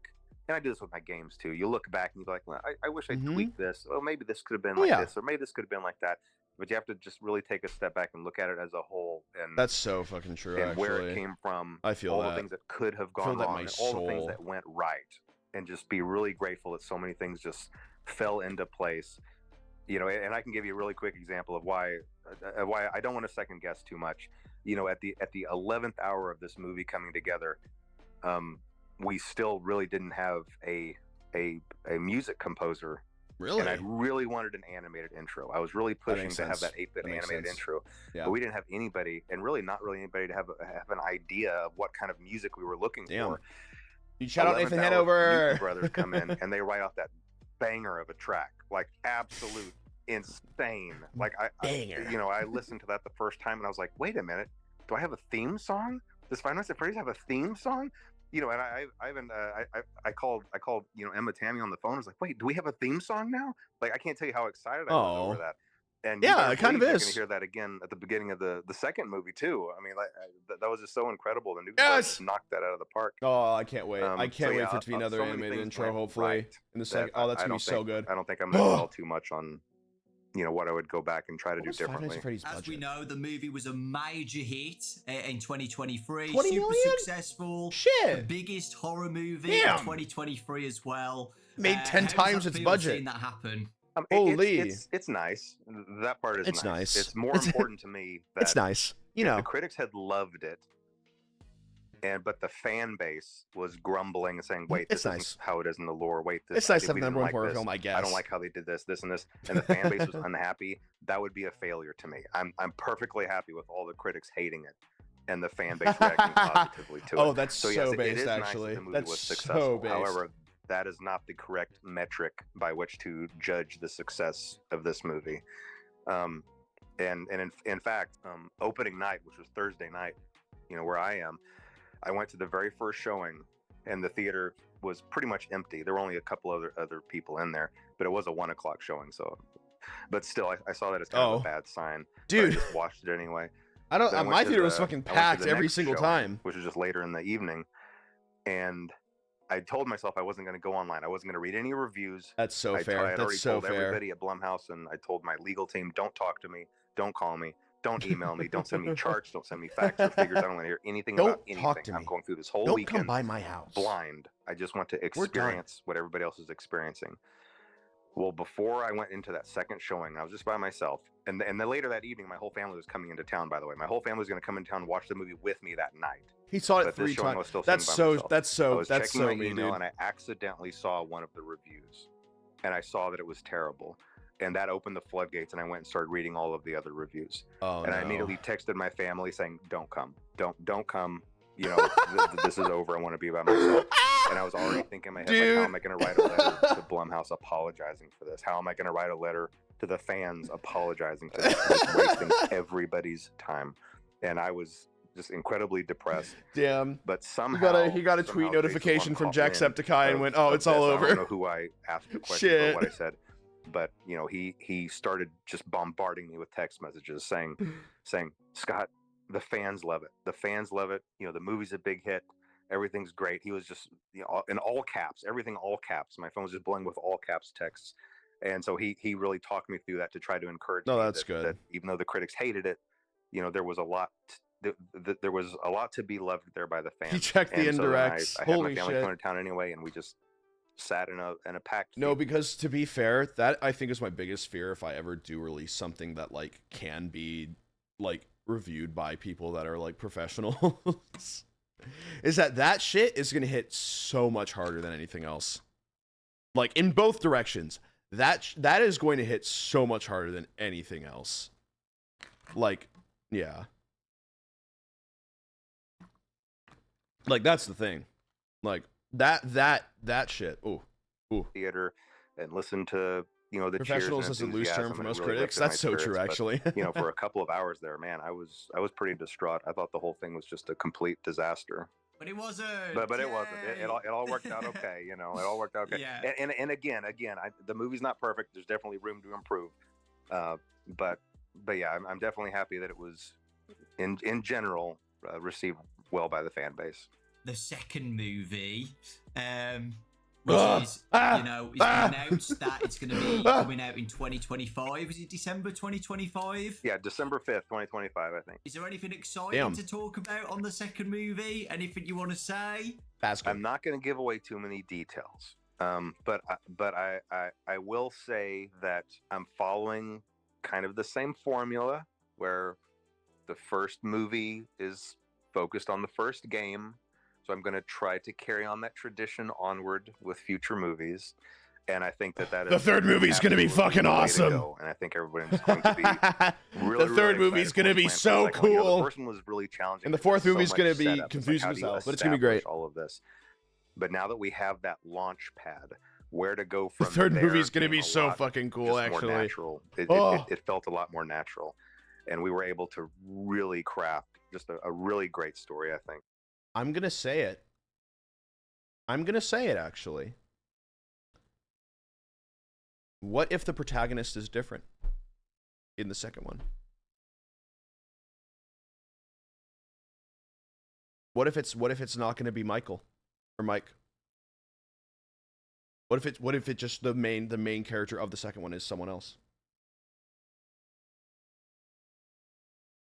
Like that's the way that the games went. It wasn't the same person. I don't know how they like the thing is though is that they like the studio. I don't know if the studio would allow them to do that, you know, because like it would be like a Halloween 2 kind of thing. You know what I mean? Where it's just a completely different story and everyone was like, wait, what the fuck? But like, I feel like they could definitely do something where it follows a different protagonist, but then he's still there somehow. I don't know. I would, you know what? I would really fuck with that though. I would absolutely fuck with that. I don't know. And I'm I really would excited fuck about with it. that. And I won't say anything more, but I'm really hopeful that everyone's gonna really love what's gonna come out December 20th. Give it 13 months. Thank you. Yeah, so exciting. And is Emma back and everything? Oh yes, as yeah, well? Emma's Oh, gonna be good. back. It's She fine did such then. a great job on Yeah. that first one, you know. Yeah, if everyone really if good everyone having is the still same director. if it's the So same now team, then we're going to good. be talking about Into the Pit. Oh, I'm the so new excited for that's this coming game. out by I'm Megacat so excited Studios. for this game, we just actually. got the trailer, another trailer, Holy. like last week, and it looks amazing. It looks so good.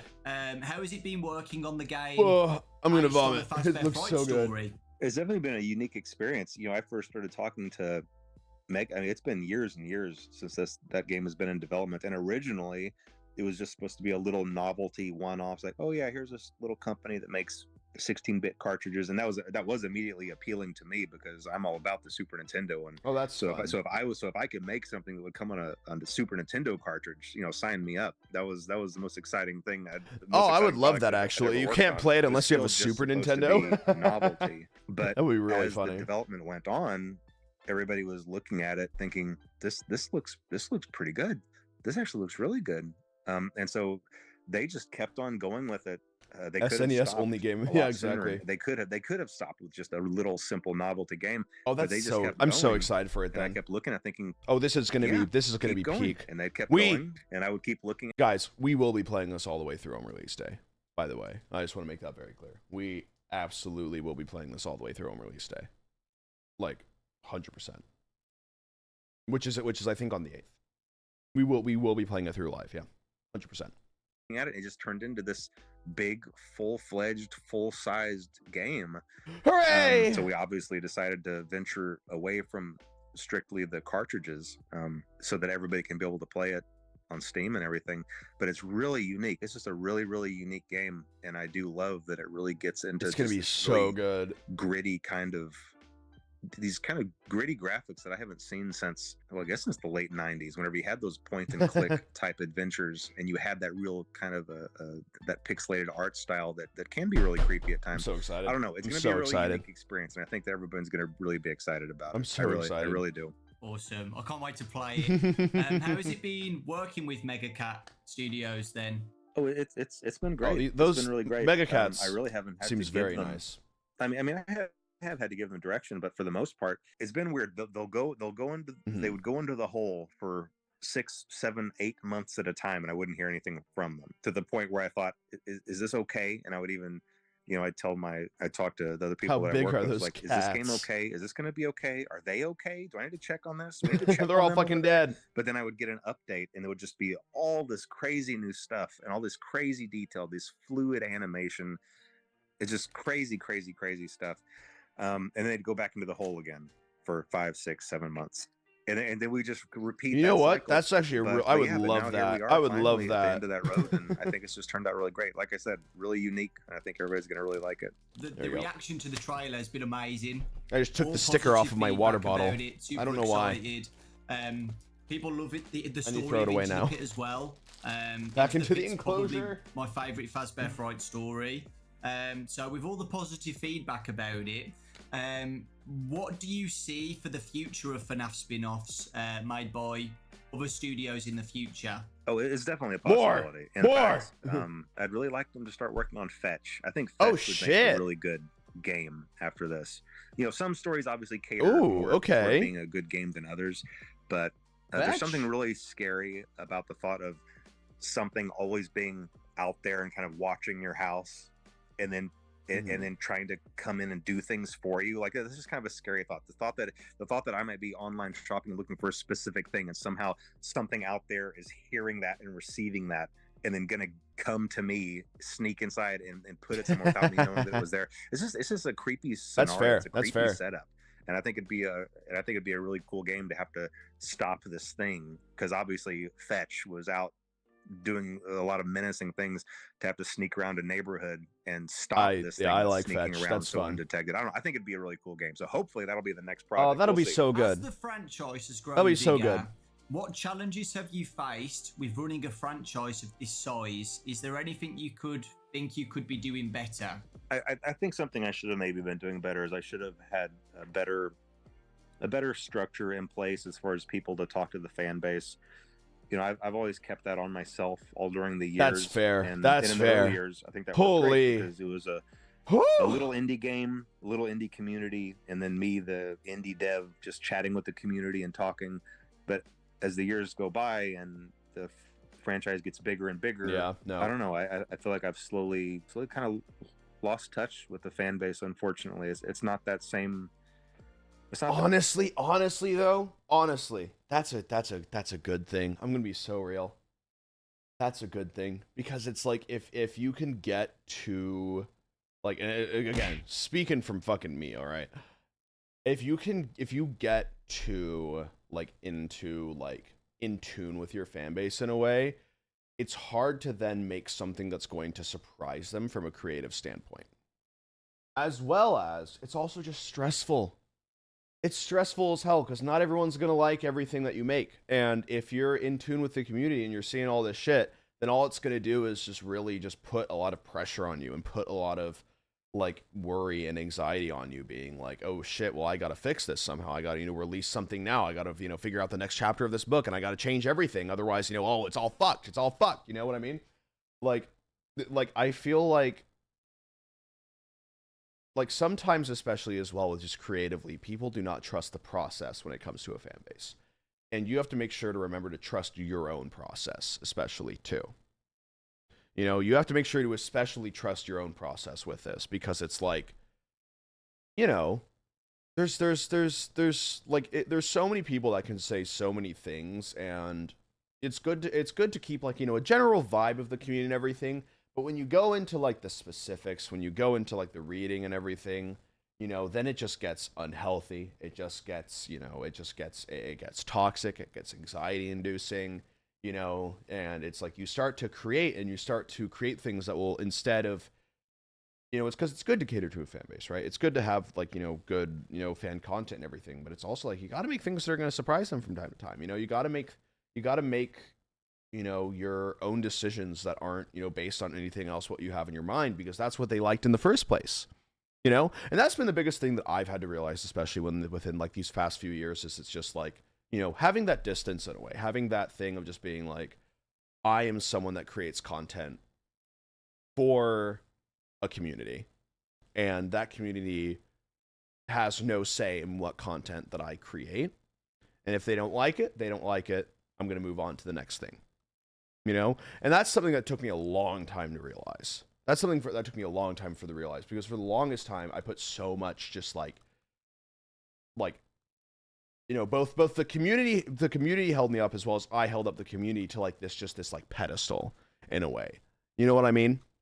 Where it's just like you're trying to make things that are, you know, pleasing the fan base as well as like, you know, I want to, you know, make sure that, you know, you guys are, you know, having a good time and everything. And it's good to take care of your fan base and to cultivate it and everything.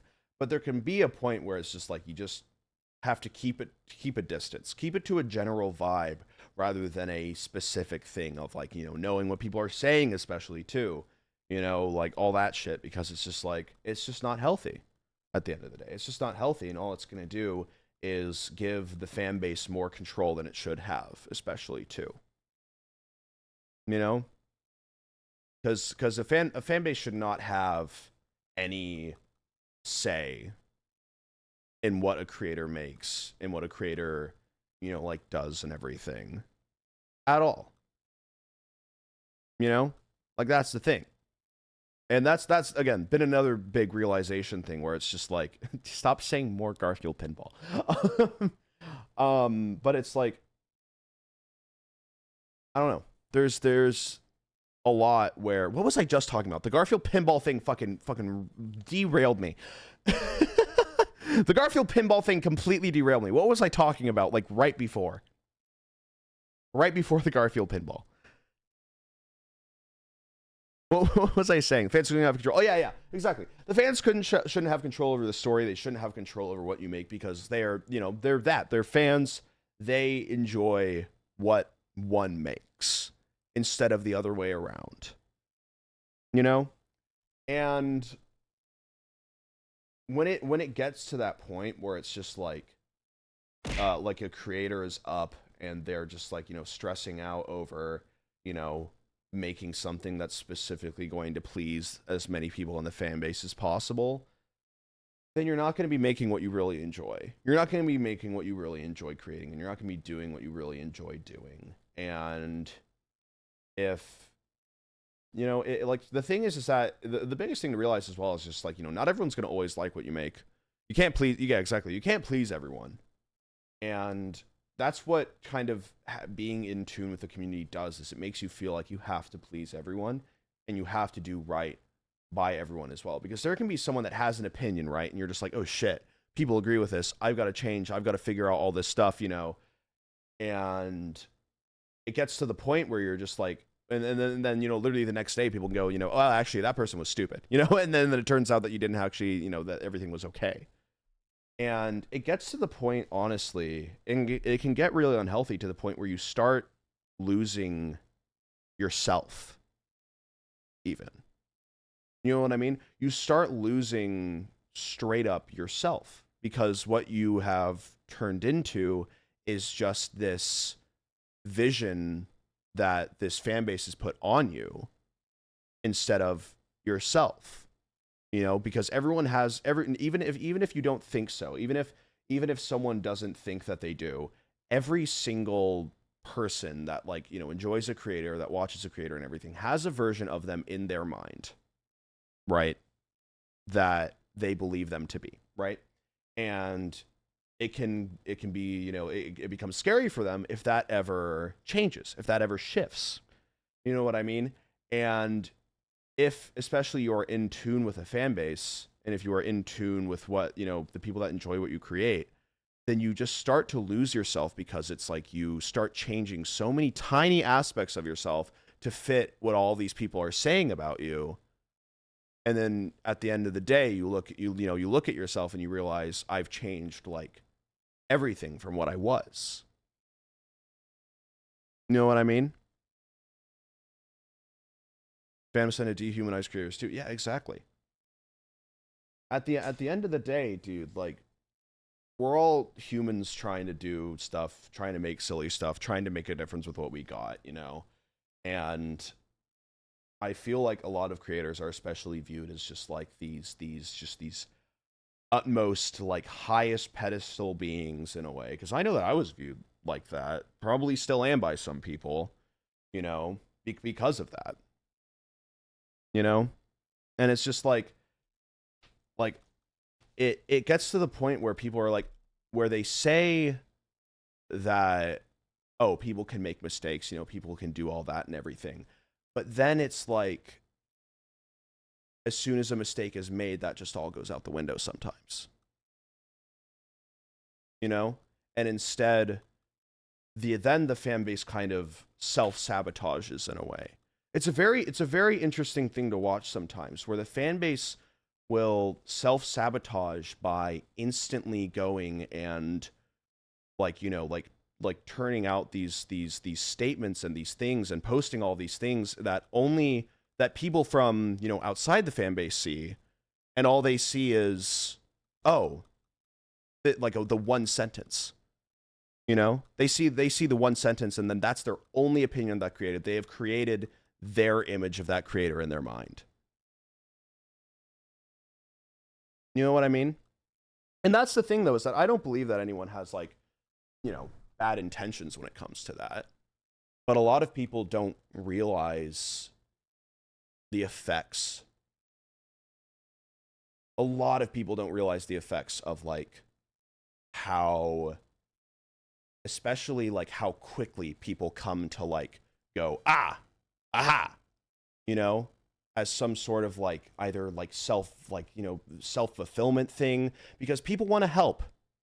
That's the thing, is that it doesn't even come from a bad place a lot of the time. It comes from a place of hopefully wanting to help with a lot of people. In some people, it might come from a worse place of just straight up wanting the interaction, wanting the notice and everything, you know? Like, that's the thing. I will never forget sometimes back in, like, you know, 2021, 2022 or something, where someone, you know, like, you know, informed me about this thing. And I was just like, oh yeah, you know, I'll make sure, you know, keep that in mind and everything. And then their first thing that they said after that was, oh my God, I got noticed. Or like, oh, I got a response. And it's just like, a lot of people have really weird intentions with it. A lot of people have really, really weird intentions when it comes to, like, all that. Because it's like, did you actually care? Or did you just want me to see that so that you feel like you made this change within me? Do you want to feel like you caused this? Or do you actually care about what you're talking about? And for a lot of people, it is not that case. It is not that case. And then all it does is just sabotages that creator, especially too. Because a lot of people see these sentences that are being made, see these assumptions that are being made, see all of these, you know, like, thoughts and everything, and they immediately think, oh, this person's a bad person that I can't support. I'm going to, you know, like, stop supporting them, stop watching them, or not watch them in the first place, and then continue to spread that, would, despite, you know, it might not even be from like the good place and everything. You know what I mean? Because I've seen a lot where it's just like, did you make this to help? Or did you make this because of the fact that you knew that it would get attention? Because I know that I for a bit have definitely spent a lot of time, because there's that thing that you always, that like, you know, that I've always said, which still is true. I want to make this very clear. This still is true. Is that if I mess up, or if I have a place that I can do better, I want to be able to do that. I want to be able to do the most good with what I have, right? But a lot of people have seen that, and they've taken that and they've twisted it into, I need to look. I need to specifically look for anything that I can improve. And it's so toxic to have all of these people focus on one person, trying to make them basically the perfect person.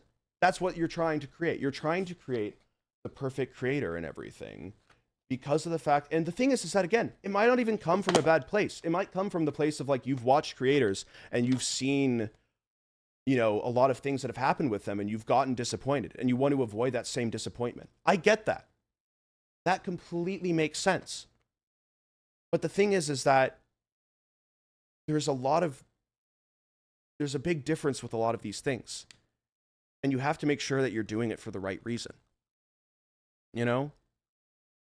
And you can't judge someone's entire character based on, like, you know, a certain few things. Because at the end of the day, again, you do not know a lot of creators. You will not know a lot of these creators.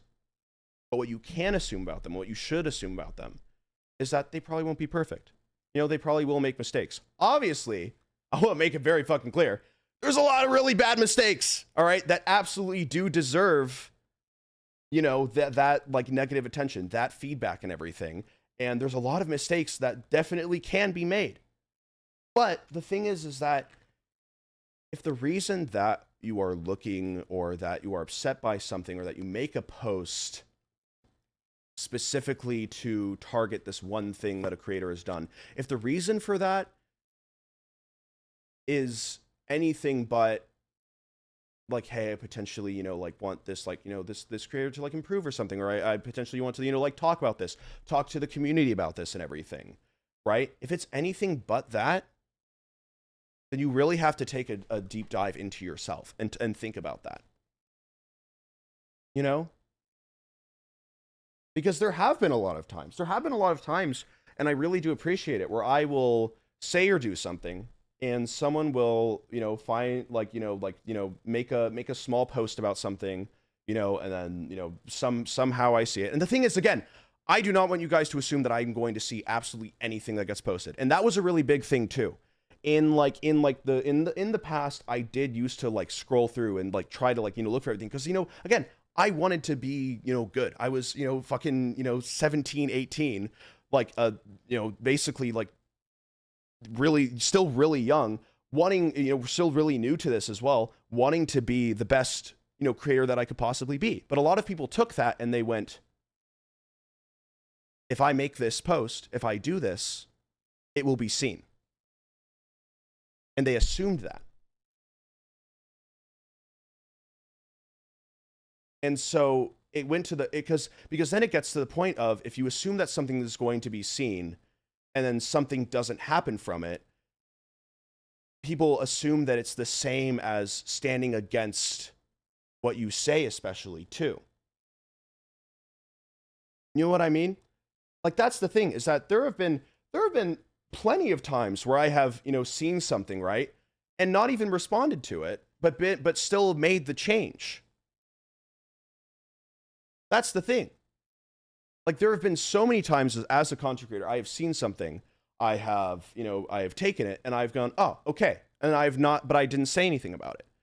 But then people see the, you know, the silence, people see the nothing, and they just immediately assume that you're on the other side of it because of the fact that you're not saying anything about it. You're not replying to the person about it.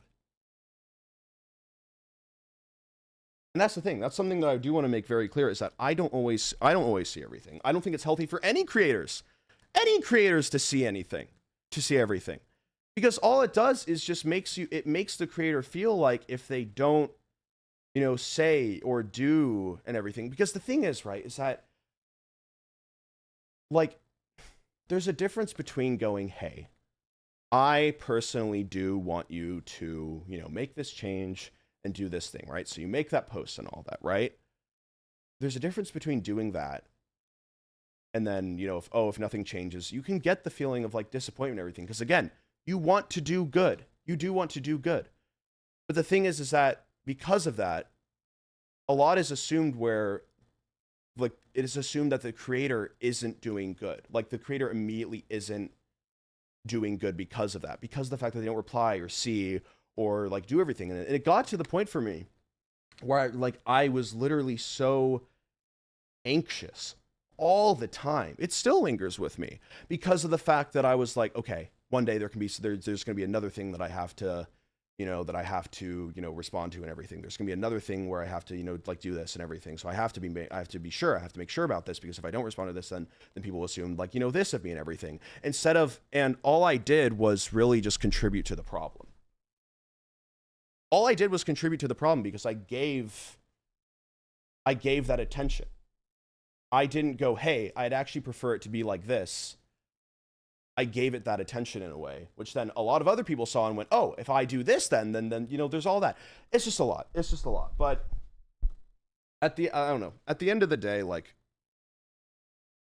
really, a fan base doesn't and should not and never will have should have any control. That's not to say that you can't still, try to be like, hey, there's this thing, can you like support this and everything? Like, I think that you should. I think that you should do this. I think that you should do that. Like, you can obviously voice your opinion and everything, but at the same time, it doesn't mean that if nothing is said about it, if nothing is directly, replied to and everything, that those changes still aren't being made. Educate but don't expect. Yeah, exactly. Because again, like, all it does is that when there's that anger, when there's that really big, like swelling of a bunch of people, like absolutely dogging and absolutely just like rattling on this one thing, right? I'll look at the movie teaser in a second. Well, I'll finish this. All it does is, again, it just also just genuinely sabotages the creator. I'm going to be so real. It does sabotage the creator. Even if you have the best intentions, even if all of that, your wording and the pressure and the way that you give out the information can absolutely sabotage a creator's career over something that definitely could have been handled in a much different way. And there's also, again, there's a lot of things as well of do not assume the worst. That's another big thing, is that because of the fact that, again, especially when, like, hey, there's a lot that I probably will mess up on. There's a lot that I probably will make mistakes for. Please let me know about this. A lot of people saw that and immediately assumed, okay, every single mistake, every single thing I'm going to look at with a microscopic lens, and I'm going to immediately assume the worst. Immediately. And that's just what happens. And that's what happened in the fan base for a really, really long time. That's what's been happening. And it's really sad to see, because it's like,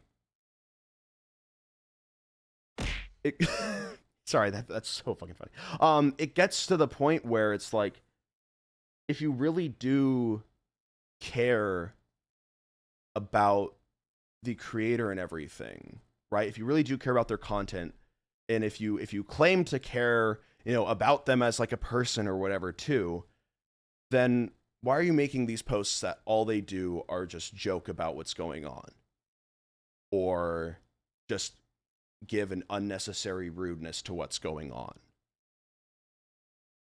Because that isn't doing anything.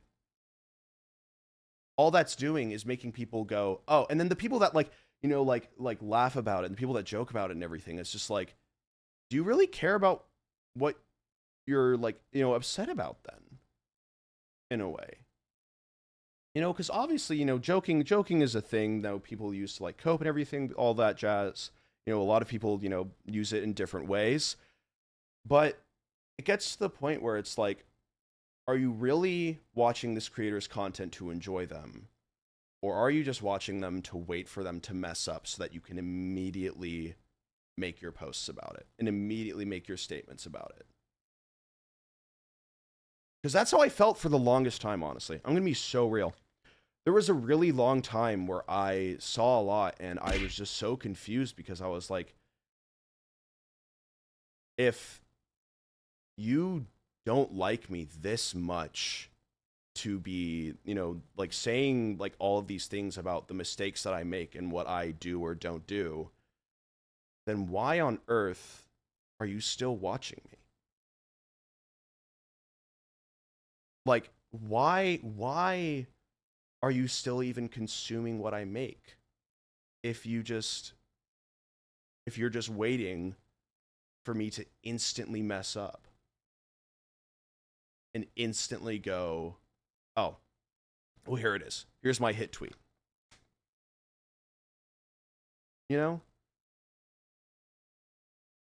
Because at the end of the day, like, you know, obviously have caution with creators. Not everyone is a good person. But that doesn't immediately mean that you should also assume that they're just a terrible person as well. You know? I don't know. Because it's like, it just... If you're watching just to, like, wait for me to, you know, mess up so you can, you know, make whatever joke you want to make about it, then just don't watch me. That's the thing. You know? Just don't. Like, I'm chill with that. You know? Because all you're going to do is just be upset. That's the thing. All you're going to do is just be upset because I'm going to make a mistake inevitably. You know? There have been mistakes that I've made where I've learned from them, and I've been able to learn from them because of the way that they were that I learned about it. You know, there's been things that I've learned just by, you know, like looking around in other places on the internet and then going, oh, I actually do this thing. I'm going to change that because guess what? People, we're all fucking people. Exactly. Like we're all people, and it's just like obviously there's going to be these mistakes, and the only way to learn from mistakes is to make them. How someone acts after they've been confronted with their mistake is what you should judge them on. You know, that's the thing, is that if someone doesn't have the absolute worst of intention, right? Because there's a lot of things that I still have to learn, you know, based on my upbringing, based on, you know, what I've experienced in life. There's a lot of things that I still have to unlearn and I still have to understand, right? And I'm willing to, but that doesn't necessarily mean that absolutely every single thing that I do, that I make a mistake in everything, should be treated as if it is this absolutely terrible thing that you should feel bad for still, like, you know, continue to watch me or something, right? Like that's there's so much, I don't know. There's so much about the last like few years and everything that I would love to talk about and all that, but it's just like, it's just so difficult to, because there's also, again, the part of me that's still really scared. The part of me that's still really scared of, like, I might not word this the best way, and then someone's going to immediately assume the other part of it. That's why I was so scared for years to talk about it. I wanted to talk about it all the way back in, you know, like 2020, 2021, where I was like, hey, this feels like a lot of pressure is being put on me. But I knew that what it would immediately be construed to is, oh, so you don't care. So you don't care about these things that we are essentially, you know, like you know, giving you attention to care about. And I'm just like, that's not the case at all. that's not the case at all. I do genuinely care. I just don't like the way that people are talking about it. I don't like the assumptions that people are making, and I don't like the way that people are talking like about it, to the point where it's making it out to be way bigger of a thing when you don't again, you don't know how I act. Like, that's the thing. And I wanted to say that, but then what would have been assumed is just like, oh, so you just really don't care. And that's why I fell into this sort of cycle, in a way, of just like being so scared to, or being not even scared, but just like anxiously checking absolutely everything. You know, like trying to turn myself into this, like this creator and everything, because of the fact that I just wanted people to enjoy what I made, and I didn't feel like a lot of people would enjoy what I'm making unless I was, you know, absolutely perfect with everything else. And that's the thing. And the sad thing is that I also do, and still continue to, actually just also care about a lot of the same things that you guys care about too. You know? And that's where it definitely stung the most in the past, was because of the fact that it was really like there was a lot of these things that just like were being said that just weren't true, and I didn't know what to do. So I was just like, oh, I have to go out of my way to make sure that I, you know, figure out, you know, how to show that I do care. And that's the sad thing, is that for the longest time, I wasn't doing things because of the fact that I did care, although that was a part of it. I was doing these things because of the fact that I was so worried. I was so worried and I was so anxious that I would put myself into this pressure and everything, even though if the information had been given to me in the exact same way, or in a different way, but it was the exact same either cause or situation or issue, I probably would have ended up doing the same things. I probably would have ended up still doing the same things that I wanted to do, just, having a better time with it, not having as much anxiety with it. But yeah, because I understand that it comes from a place of wanting to help, It comes from a lot of people. It comes from a place of wanting to help, and I want to make sure that I continue to, make people, feel seen within this community, to allow, the creativity to flourish, to allow a lot of people to just continue to have a good time here, because that's really all I care about. But it shouldn't get to the point where you're trying to cater to absolutely everyone. And so you feel like if one thing isn't perfect, then it's all going to come crumbling down. Because that's how I felt. And that's and the thing is, though, is that because of that pedestal that I was on for the longest time, that's kind of what happened. With a lot. I absolutely do regret every single mistake that I've made. Every single thing that I've done, I've tried to make sure that I become a better person from it and everything. But a lot of the time, I just was looking at all these things, and I was looking at all this, and I was just like, is this all really necessary?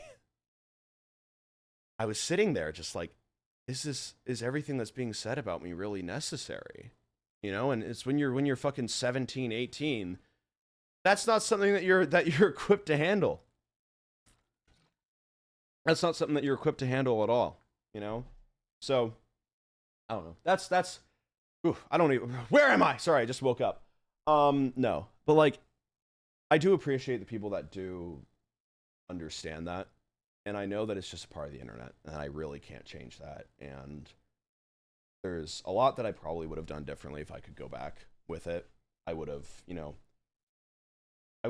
one, not just make the mistakes that I did and everything, but I also would have tried to tell you guys, hey, the way that everyone's acting just really isn't cool, and I don't like the way that this is going. I wish that I said that, because then it would leak into other communities. There would be arguments within itself, arguments against other communities as well, arguments with other people, and it wouldn't be good. And that's the thing, though, is that it's just none of it was good. That's the thing. None of it was productive. It was just a bunch of infighting that ultimately, honestly, just made the community feel a lot more separated. And that was the really sad thing about it, is that me being hey, if I make a mistake, I want to make sure that I know about it, and everything, and I want to learn from it. People took that and they turned it into, we should look for absolutely any mistake, and if we do not get a statement on this, or we do not get an answer from this, then they obviously do not care. And then they took that and then started to apply it to other members of the community as well,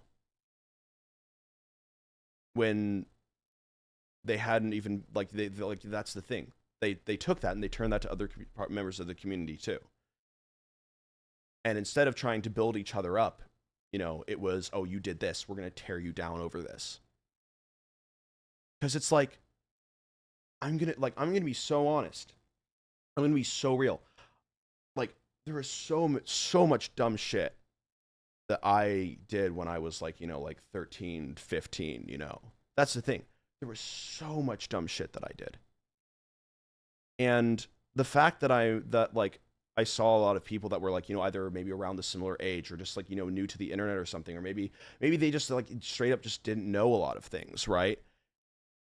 It's a lot of people aren't even given the opportunity to be oh shit, I do need to change this. And it's really sad, because a lot of people shouldn't be put under that pressure. It's not a good pressure, because all it does is it makes you anxious. It makes you like want to, instead of, you know, learning and growing, it makes you want to show less. It makes you want to like hide in a way, especially too. You know? Like that's the thing. Like I don't know, because I don't know, I feel like obviously again, this doesn't apply to everything. I want to make that very clear. And the fact that I even have to say that is, again, part of that same fear of people are going to take it, misconstrue it, and then get upset about it. When they're the ones that went to that conclusion in the first place. You know? That's the thing. It's so, like, ingrained. It's so ingrained. To the point where it's just like, yeah.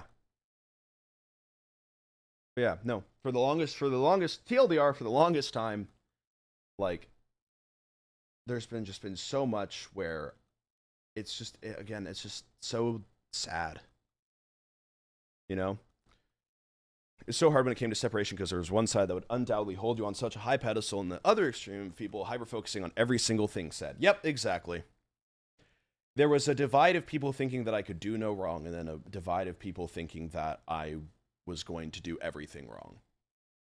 And then those people would fight. And then the community would get called toxic, and then people would be afraid to watch because of how toxic the community is and everything. When in reality, it's like not the whole of the community.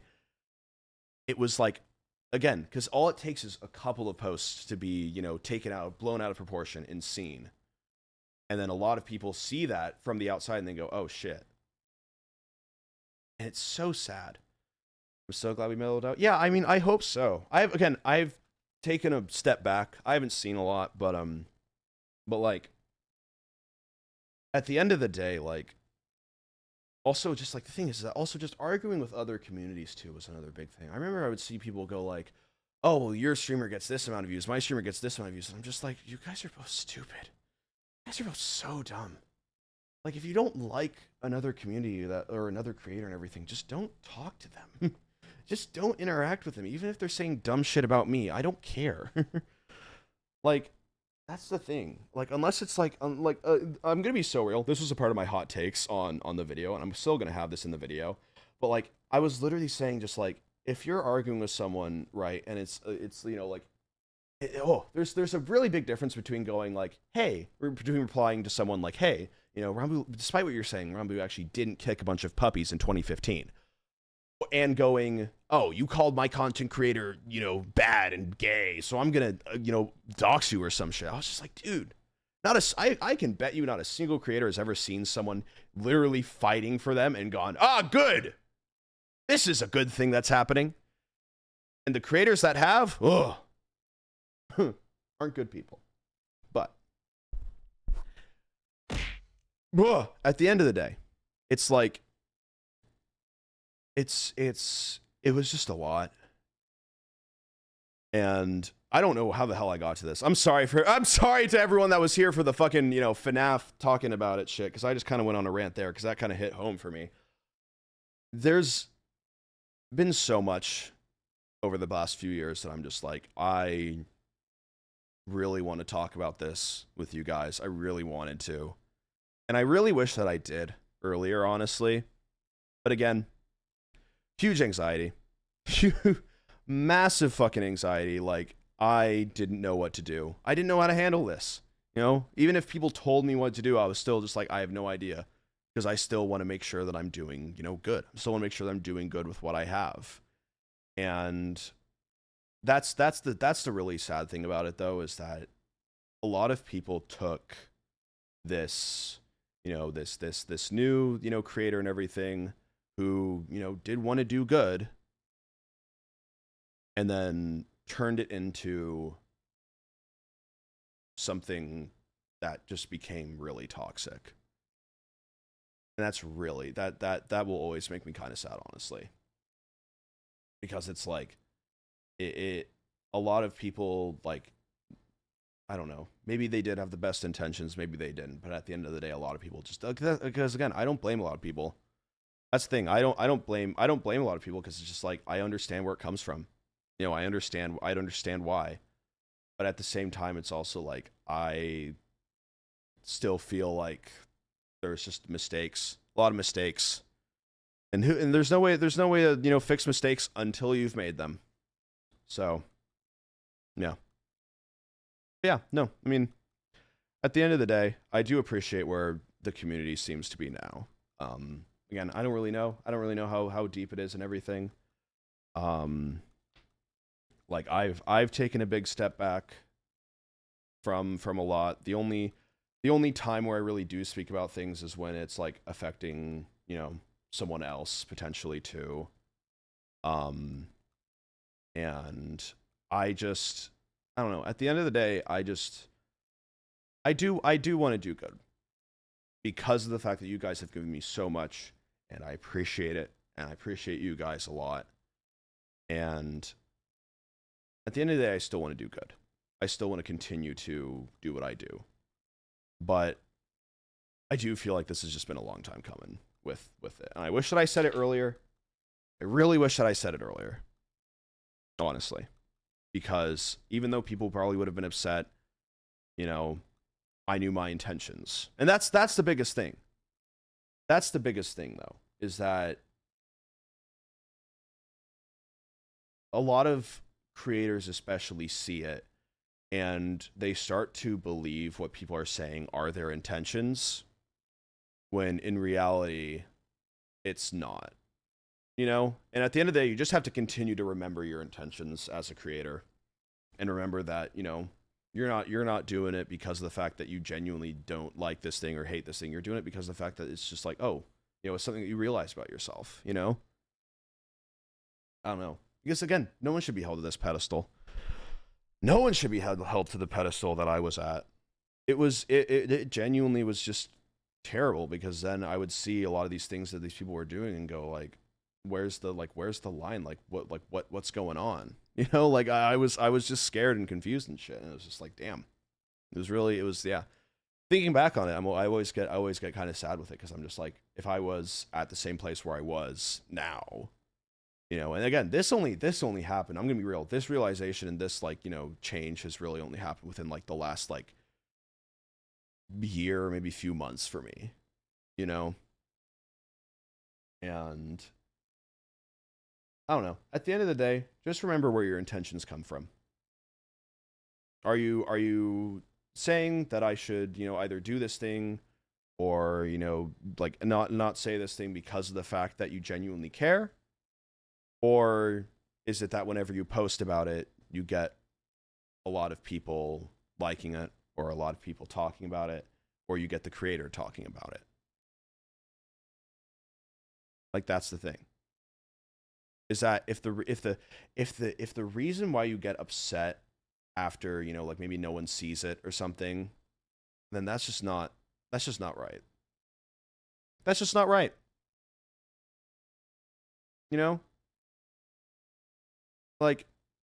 Instead, take that energy and do something that will actually do good within the community as well.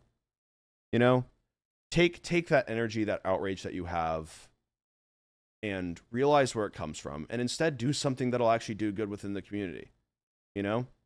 Especially when other content creators do the same thing. It's radio silence, but it's personals. Yeah, exactly. That's another thing, is that there have been a lot of times where I've seen other creators, and it's just like, oh well, I don't watch that person. But at the end of the day, you should still be just as upset, because it's the same thing. That's the thing, is that if you're getting this upset over one person, you should be getting upset about all, the other people that are making these mistakes too. And then also, again, just also the pressure that statements have as well. That's another thing. The absolute pressure that people have on every single statement being absolutely perfect is insane. Is absolutely insane. If you don't hit the right words, if you don't say the right things, then your entire statement is immediately not valid. Your entire statement is immediately not valid. And then that's what happens, is that it gets shown with the one sentence, and then that's all the statement was that one sentence that you didn't word correctly. or that you didn't say right. And then that's what gets assumed. You know? That's why I think not addressing things publicly is better than addressing it. That's the sad thing, though, is that there have been a lot of times where I've wanted to address things publicly, but I haven't been able to because of the fact that I knew that it had to be this absolutely perfect thing just in order to be able to get the message out without people getting so upset by it. Without people immediately going to outrage. Like, like that's the thing. Like the fact that there have been a lot of things that I've wanted to talk about, right? To like inform people of maybe the same mistake that I made, right? People don't see that, oh, you know, like, oh, maybe I've made the mistake that I made. And, you know, they're saying this statement, you know, to, you know, show, hey, you know, send a message to the community.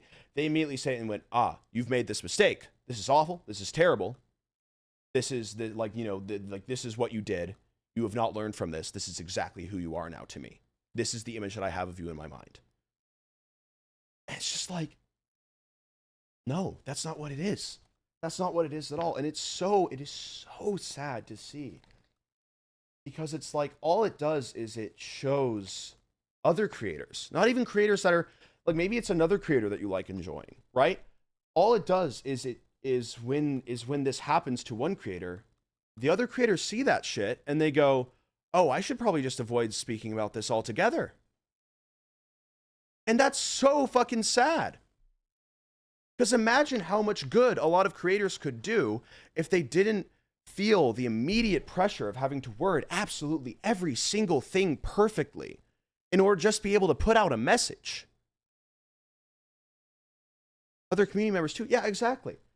Imagine the good that could be done by so many creators if, because of the way that a lot of people are so intense, that they could have done. Because I've had that happen. I'm gonna be so honest. I have had creators talk to me and come up to me and talk about how genuinely they are just going to not say anything about, like, you know, like certain things because of just the fact that they're so afraid of getting it wrong and having everyone else beyond them, or having it then be expected of them to do even more in the future.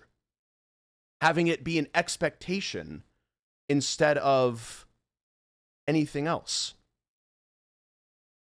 Like literally, I've had conversations with creators where they've said that, like, you know, they want to talk about these things, they want to do good with these things, but then they realize that if they do say something about one thing, then they're going to have to continue to keep that up.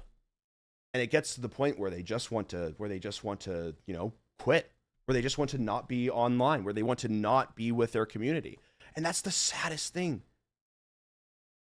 That's the absolutely saddest thing.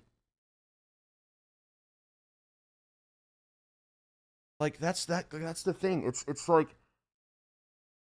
I get that you want to be passionate, and I get that you want the most good to be done by these creators and everything, but the thing is that it had the opposite effect. It really did. It really had the opposite effect.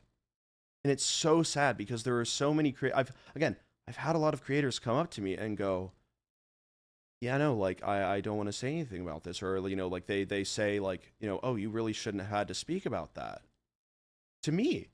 But then I have to say, like, no, I did really actually want to speak about it. It's just that, you know, there was just a lot of pressure as well.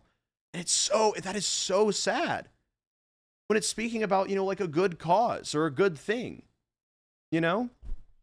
I don't know. It's so like, there's so much. And especially as well as that, it also makes then other creators afraid to interact with that creator because of the fact that they're worried about the community, like, leaking over in a way. They're worried about that reaction, right? Because they don't want to be held to the same standard, and they realize that, oh, if I do something with this person, I will be held to that standard as well. And that's another sad thing, is that there have been so many, you know, like things and like things that I've seen where it's literally just been like, oh, you know, we probably, you know, shouldn't talk with, or, you know, like, be like around like this person and everything because of the fact that they're getting under a lot of like heat right now, you know. And it's just like, that's so sad, because that's not how a person should be treated. especially a person that like would want to be good, would want to do good. You know, like the fact that some like that like it's really sad. It's really fucking sad. Because it's like I know that a lot of creators have the best of intentions, but then it's like they're so like scared of, you know, like putting out like little statements or everything, or like even saying, like if there's like, a certain month for anything, even saying that, making a tweet about that, because then people will see, oh, you made a tweet about one, but then you're not making a tweet about like this or that. So therefore you hate these things. Like, that's insane. That's absolutely nuts. Like, I can absolutely understand talking about like, problems as a whole, within certain subjects, within certain topics and everything, but immediately assuming that just because of the fact that a creator does not say or do a certain thing, that they're immediately against it and or part of the problem, is the weirdest thing. And again, it just makes it so much harder for creators to want to do good. It just makes creators not want to be around their community. And that's the saddest thing. Because at that point, who are you making the content for? Walter, it's not just when I say Twitter, it's not just a Twitter thing. It's a whole internet thing. It's not just it's a whole internet thing. This isn't just a thing because it's the same person. It's the same person that sees it on Twitter and then goes to TikTok. It's an internet thing. It is a person thing. Because then people will go to other places and make these absolutely just generalizing comments about all this stuff when they don't even know the context. And then so much stuff will be spread, and then again, bam, sabotage, just like that. And it's so sad to see. It is so sad. Because it's good. It's absolutely incredible to feel like you are part of something that is making good change. But they just don't realize that it's not a good change. Like, they don't realize that they're not doing it through the right ways, and it's really sad. It's really, really sad. And again, people are so afraid to speak up about that as well. People are so afraid to speak up about that. There are so many creators that have had conversations after conversations. Hell, I've had conversations for years with other creators where I've talked about how just afraid I was to be able to talk about and to be able to, do these things because of the fact that I was worried about not getting it right. Because then immediately, everything would go to shit. And there are so many creators that feel the exact same fucking way. They just don't feel like they can say it because of the fact that people will, again, make those generalizing comments, take what they said out of context, do all these things that all it does, again, is just make them more afraid to talk about anything. When you try to repair your mistakes, people invalidate your attempts because of one thing. Exactly. It's like, it's the craziest thing to me because it's like, it's the craziest. I'm sorry, I need to reread that sentence because I just that sent me a whole train. One mistake on the internet can immediately be put and assumed as this is exactly how you act. And this is exactly what you are forever. And that is just not healthy. Obviously, again, there are different cases with every single thing. All right? And again, the only reason why I'm saying that is because people will immediately go and just think, oh, is it about this thing? It's not. It's so obviously not. Like, it's so crazy to me how so many people will take a creator's words and then immediately assume that, like, this is exactly how they think. This is exactly what they do. This is how they act on and off camera. Like, you should never be speculating on how a creator acts off camera. Because that shit's just weird. There's a reason why there's an off camera. It's because it's not, it's not things that, should be seen. But that's not to immediately assume that every single creator is just a god-awful person and is just beating people up at the end of every stream. You know, like I've got a guy in the back that I immediately go and sucker punch in the face as soon as I'm done with every single stream. No, exactly. Like I don't know. It's just so many people want to have that moment of being like, I have created this change, to the point where they actively search it out and then nothing happens from it. Nothing happens from it. And it's so sad. Like the opposite effect happens from it, because it's like, I know so many creators that like probably want to do so much, and they want to do so much good with what they have, but they feel like if they do one thing for one cause, then they immediately have to do everything that is expected of them. And that's the thing, is that it's these expectations. It's these expectations that really get creators just disinterested in it. And all it does, again, is just puts a bad name on the creator, and then also puts a bad name on the community as well. You know, there have been so many times where I've seen people that say that they like, oh, they enjoy my content, but then, you know, they don't want to watch it because of the fact that they're like, you know, worried about, you know, the community and everything. And I'm just like, that's not how a community should be building up its community. Like, that's not how a community should be growing. It shouldn't be growing only based on people that are, you know, going to do every single right thing and make sure that they can fit in with everyone else. Like, no, that's not how it should work at all. You know, you shouldn't be actively searching through every single person that's potentially creating a mistake. You know, like, I don't know, like getting on people, you know, for fucking like art or some shit too. You know, like making like really rude comments and jokes instead of being like, oh, hey, this might, you know, make the creator uncomfortable because of this or something. You know, or again, speaking for the creator when they haven't even said shit is another big thing too, where it's just like, no, you're assuming things based on the image that you have of me in your head, and you're not actually making any change. You're not actually doing what I want because of the fact that you don't know. you're making it based on an assumption. You know, like I've said my stuff. You know, like that's the thing. But then that doesn't mean that it can change. That doesn't mean that, you know, maybe there are things that I'm comfortable with. There's so much. Like, I don't know. It was like, ugh. I don't know. It's so weird. I always feel that sometimes you're uncomfortable at something doesn't mean the CC will be. Yeah, exactly. Like, if you're uncomfortable at something, then mute. Then mute them or block them or move on. You know, because you know, you should also want to be able to see the things that you want to see. You know? I don't know. It's just, there's a lot with communities, and there's a lot with creators that is just so sad. Because so many creators want to do good. So many creators want to make sure that they're doing the right thing. But then there are so many times where I've you know, been at a convention or been behind the scenes and everything, and I see that a lot of creators feel trapped in the exact same way that I was, where they feel like they can't do these certain things, or that they can't, you know, say these certain things because of the effects, and because of, like, you know, the way that, you know, the community or other communities will act. And that's so sad. You know? I don't know.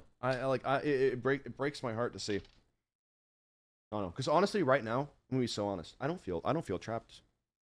Like, I feel good. Like, I feel like I can do what I want to do, make the content that I want to make. You know, if I make a mistake, I make a mistake. You know, and that feels nice. And every creator should feel like this. But I also do know that there's probably a lot of people that are, you know, keeping a pulse on what I do, to immediately get upset about it as soon as something happens. And that's another thing that is terrifying. Is that there is a lot of people that are just keeping their finger on the pulse just to be able to get their moment. And just to be able to get upset.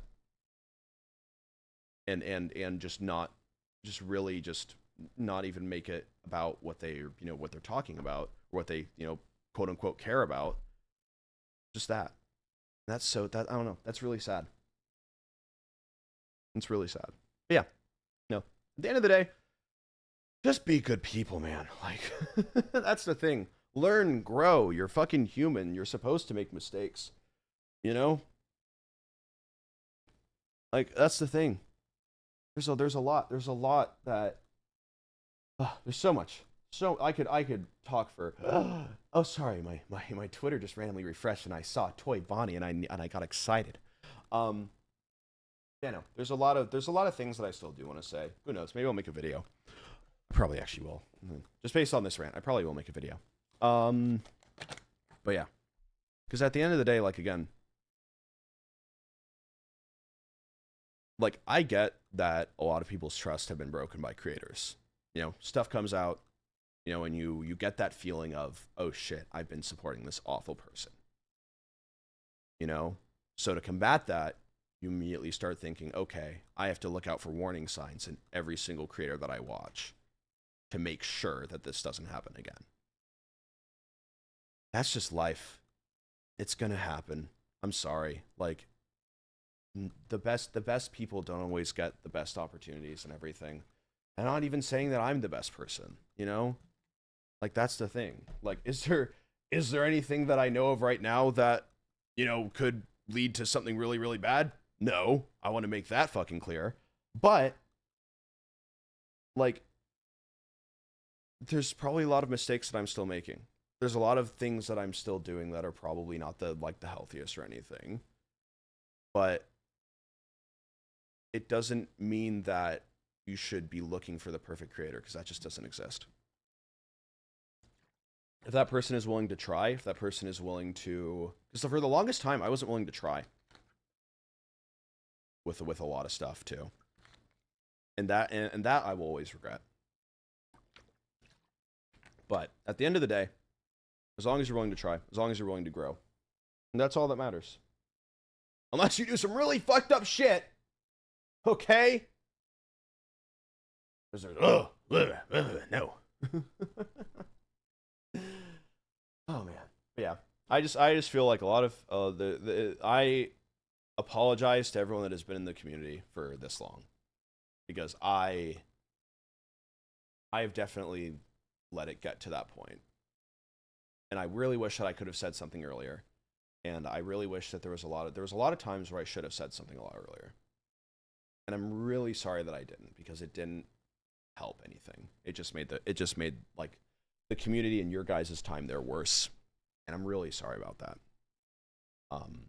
But again, I'm learning, I'm improving. I'm gonna keep talking, you know, I'm gonna speak my mind when shit happens, you know. Like, yeah, at the end of the day, I just want you guys to have fun here. You know? And I want us to still be able to do good with what we've got.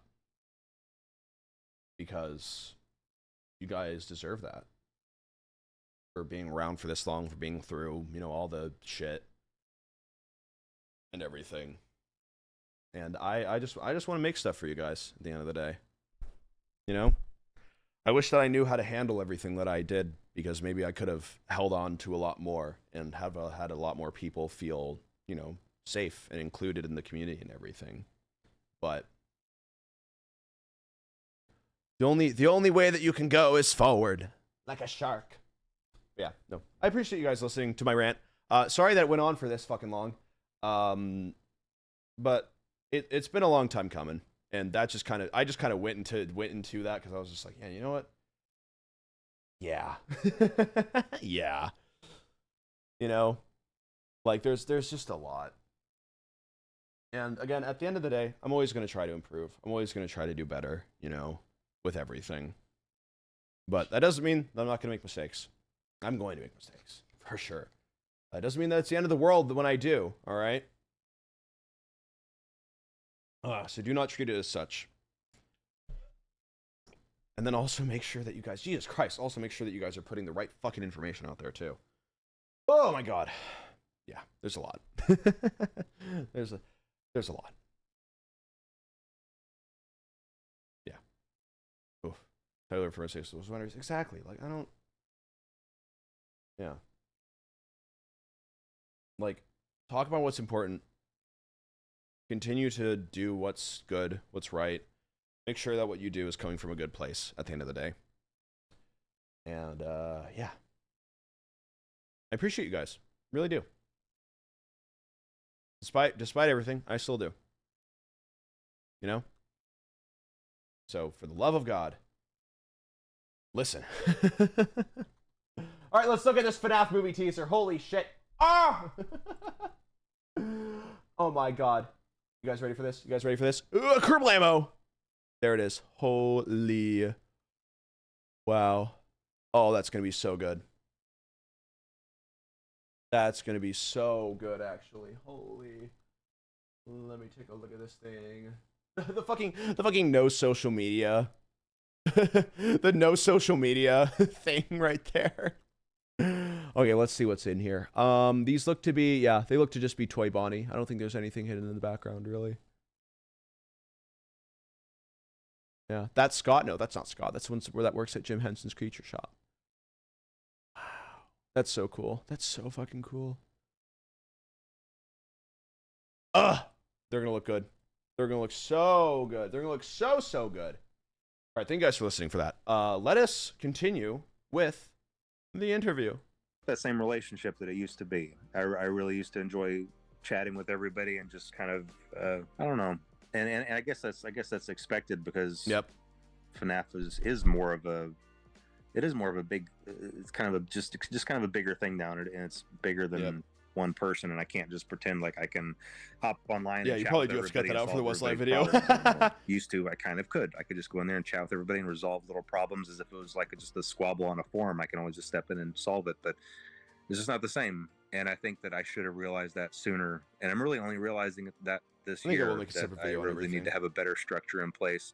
Yep. You know, and the fan base deserves that. The franchise deserves that. The fan base deserves that, to have Yep. more people in charge and running a Twitter page and official news feeds. Nice. And he has done that, news actually. feeds, He so really that has there's done not that. so much confusion about That's what's really good. real and what's not real, and real news and fake news, and is this confirmed, is this not confirmed. You know, I could have Yeah. avoided years of that if I just kind of had a better structure in place with Was that an people to hour listen long? to, Oh and, shit, my bad. like I said, a news feed and someone else to just provide better answers to the fan base. So I'm trying to get all that in place. Damn, ADHD and medication I really was think awesome. I think it would just better serve the fan base. And I think everybody would be a little happier if it's not just me trying to jump in and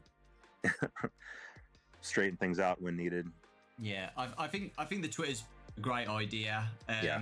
We're recording this in June, but you know it was announced today. The schedule for what's coming out during that week, Just the is wrong schedule. really exciting and really good. So people, you know, can get excited for the anniversary. They know what's coming, which is really exciting. And you know, communication like that. I'm so excited for this next stuff, you dude. know, Woo! It's you know, people have really appreciated that. So thank you for doing that. And looking forward to seeing what happens next on the Twitter, what they announce. And apart from the second movie to look forward to, is there anything else you could hint at for the future? Give it to me! Any future titles Surely. or any little hints to get people excited for the Surely. future? Surely. One of the good things is going to be coming from Steel Wool, but that's going to be announced here in this same week that your interview is going to air. So I think that's it. In fact, I'm not sure if it was right before this or right after this. Yeah, it might have been right after this. Yesterday. Oh shit. Yesterday. Okay. No, okay. it's after. It's and after. obviously everybody knows It's about for the 2. It's movie, 2 days. And right now the books. It's after 2 are days. These interactive books, which I read things like that growing up, and so I'm excited about those. And I've tried to add some depth into those to where you can actually collect items in them and things like that. So it's really not just about picking a path; it's about picking a path and getting something. I'm excited for that. And then going I'm excited. To the other I'm path excited and for the being able to for the use path something. games. So it makes it. That's gonna be fun. Makes it more interesting and more intricate. But yeah, I mean that's the plan for movies, games, and books. And I already told you my hope for the next Mega Cat game. Nice. And and there is another game planned with Steel Wool that's not going to be announced for a while yet. So I can't talk about that. Oh but there shit! is Another something down the game. pipe. Okay. 2 games. Even beyond what's being announced this week, there's something Aha! beyond. But I can't talk about that. Yeah, so I won't spoil anything. But I read the week before, guys, and it is good. So please check it out when it comes out. I'm looking Okay, forward to the okay. Into the Pit one. VIP is the interactive novel VIP another one as well? Yes, yeah. VIP is it's one that I did with Scholastic, just like you guys, VIP. which is I gonna be free. need It's a. specifically We need for to. this event. I don't know. I mean, I might still be I don't know. included in a box set later down the road, but no, for this week it was made specifically that's for this fun. event. By the same author, I believe, as the week before. So if you enjoyed that one, you'll enjoy VIP. And I really love the story for VIP. I'm not going to ruin it, but it might be one of my favorites. So hopefully everybody really enjoys that. That's awesome. How I'm long? pretty sure it comes. How long is VIP? Does anyone know? Does anyone know like how long like the average like thing? Does anyone know? It has multiple typing, 131 pages. I might take that back. Honestly, we might be playing VIP a little bit. Interview, I don't know. So We'll see. Okay, great. Future me, if you're watching, you probably loved it. There is a collab announcement tomorrow from this interview. Whatever it is, I don't know. But it seems that you've been Fortnite! more open with collaborations Fortnite! with games. It has to be. Recently, the Funko one as well. Ah, Are I you want more Fortnite. open to more collabs Fortnite. since we last spoke during the last interview? Ugh. Like, would you be interested in? Give me whatever Freddy it is, I don't Fazbear and know, Fortnite, like and my life is Fortnite or yours. Dead by Daylight, have those popped into your head at all, or? I'm very careful with collaborations because I want to protect the brand and I want to make sure that Five Nights at Freddy's stays as Five. Listen, I know you want to protect the brand. I know you want to protect the brand. All right? There's nothing that can be more protective of your brand, all right, than Freddy Fazbear, all right, shooting Goku in the head. That is protection at its finest. That's immortalizing your brand. Immortalizing it. Come on. Five Nights at Freddy's. And there are some games where even if I really enjoy the game, it just doesn't feel like Fortnite is such a good match. It doesn't feel like a good match. It feels like a mismatch. Dead by Daylight though would also be a really good match, and I wouldn't be very upset if Dead by Daylight did have a Freddy Fazbear thing. Honestly, I wouldn't be upset if Freddy Fazbear was in Dead by Daylight. Yeah, they better be. Ugh. They better be. Thank you. I'm proud of you. Well, thank you. Say hello to Moonsy. Hello. Did you see the hour-long rant? I tuned in for like the last. I just woke Yeah, that's on me. No. That was. You know what? I bet that felt good. Oh yeah. Oh yeah. Oh man. Hi, chat. Good morning. He's talking about his brand integrity right now. Brand integrity is the most important thing for me, and keeping everything feeling like it belongs. And so that's really been my Freddy only. Fazbear belongs in Fortnite. That's really been my only hesitancy. He really does. I feel like I am branching out a little bit, and I am a little bit more open to those things than maybe I was in the early years. But I'm still very careful about it. We'll just see. We'll see how things go. Okay. He better Anything put else you would like Fortnite. to add to finish off the interview? Let's see here. No, I No, mean, Dead by Daylight would I also think- be I fun, think but things come are in a on. good I mean, place. come Like on. I said, Have I you think played that the Alien things now? that I No, think I the things that haven't. are on the horizon Oh. Oh, are I all should. things We to need to play Dead by Daylight. to be We do. excited about. You can do a that Dead by Daylight everybody's stream. gonna People, really people enjoy. will like that. The things that Oh, the yeah. fan base really Okay. gonna enjoy. But- And I wish I could talk about those more, but I don't feel like I can. He's gonna So talk about do you what's in the think we're box. going to have another interview in 10 years' time? It doesn't have to be 10 years. We can try to do this a little Better bit talk more about what's in the often. box. Like, what, every 5 years? Yeah, every 5 years. There we go. Okay. Damn. Shaking He only your gets an hand. hour out Make of it his a enclosure regular every thing. 5 years. Okay, awesome. Yeah, The poor guy. biggest thing that everybody has been begging me for this interview when I announced it is the box. The box. That is, everybody just wants to know The FNAF 4 anything about box. it. The one that because everyone's it been is- like, oh shit. It's the biggest Yeah, what is mystery it? out of the whole 10 years of FNAF, I would say. My guess is that he just maybe doesn't. Midnight Motorist is He's gonna number make 2. up. He's gonna make up some But bullshit. yeah, I'd say the box is the biggest mystery that everybody wants. Come on. Like even a tiny Surely. snippet of something. Help. Okay. Surely. Well, I can try to give somewhat of an answer to that. Come on. Even though it might not be Show us the box. extremely satisfying for a lot of people. Oh, no. So I would encourage people to turn off the interview if they don't want an answer that they might not be happy with. But well, all right. So thank you guys so much for watching. I will be seeing you guys never. I'm jumping into the nearest cliff. Oh my god. Whenever I'm making these games, there are a lot of things that are in my head that are just flowing. Oh, he's got no clue. Ideas. Oh, there's and no way. When I have them and put them there, it's the first half of something. It's like a string or a rope, just like reaching out. Wait. And I know that what's there on the other end is there. Okay. I trust that it's there. I know that it's there. And then whenever I progress forward, the rest of that just reappears. The rest of it appears in. Is it like Schrodinger's box? Is there maybe not something in there? I don't know. That's all games have been made.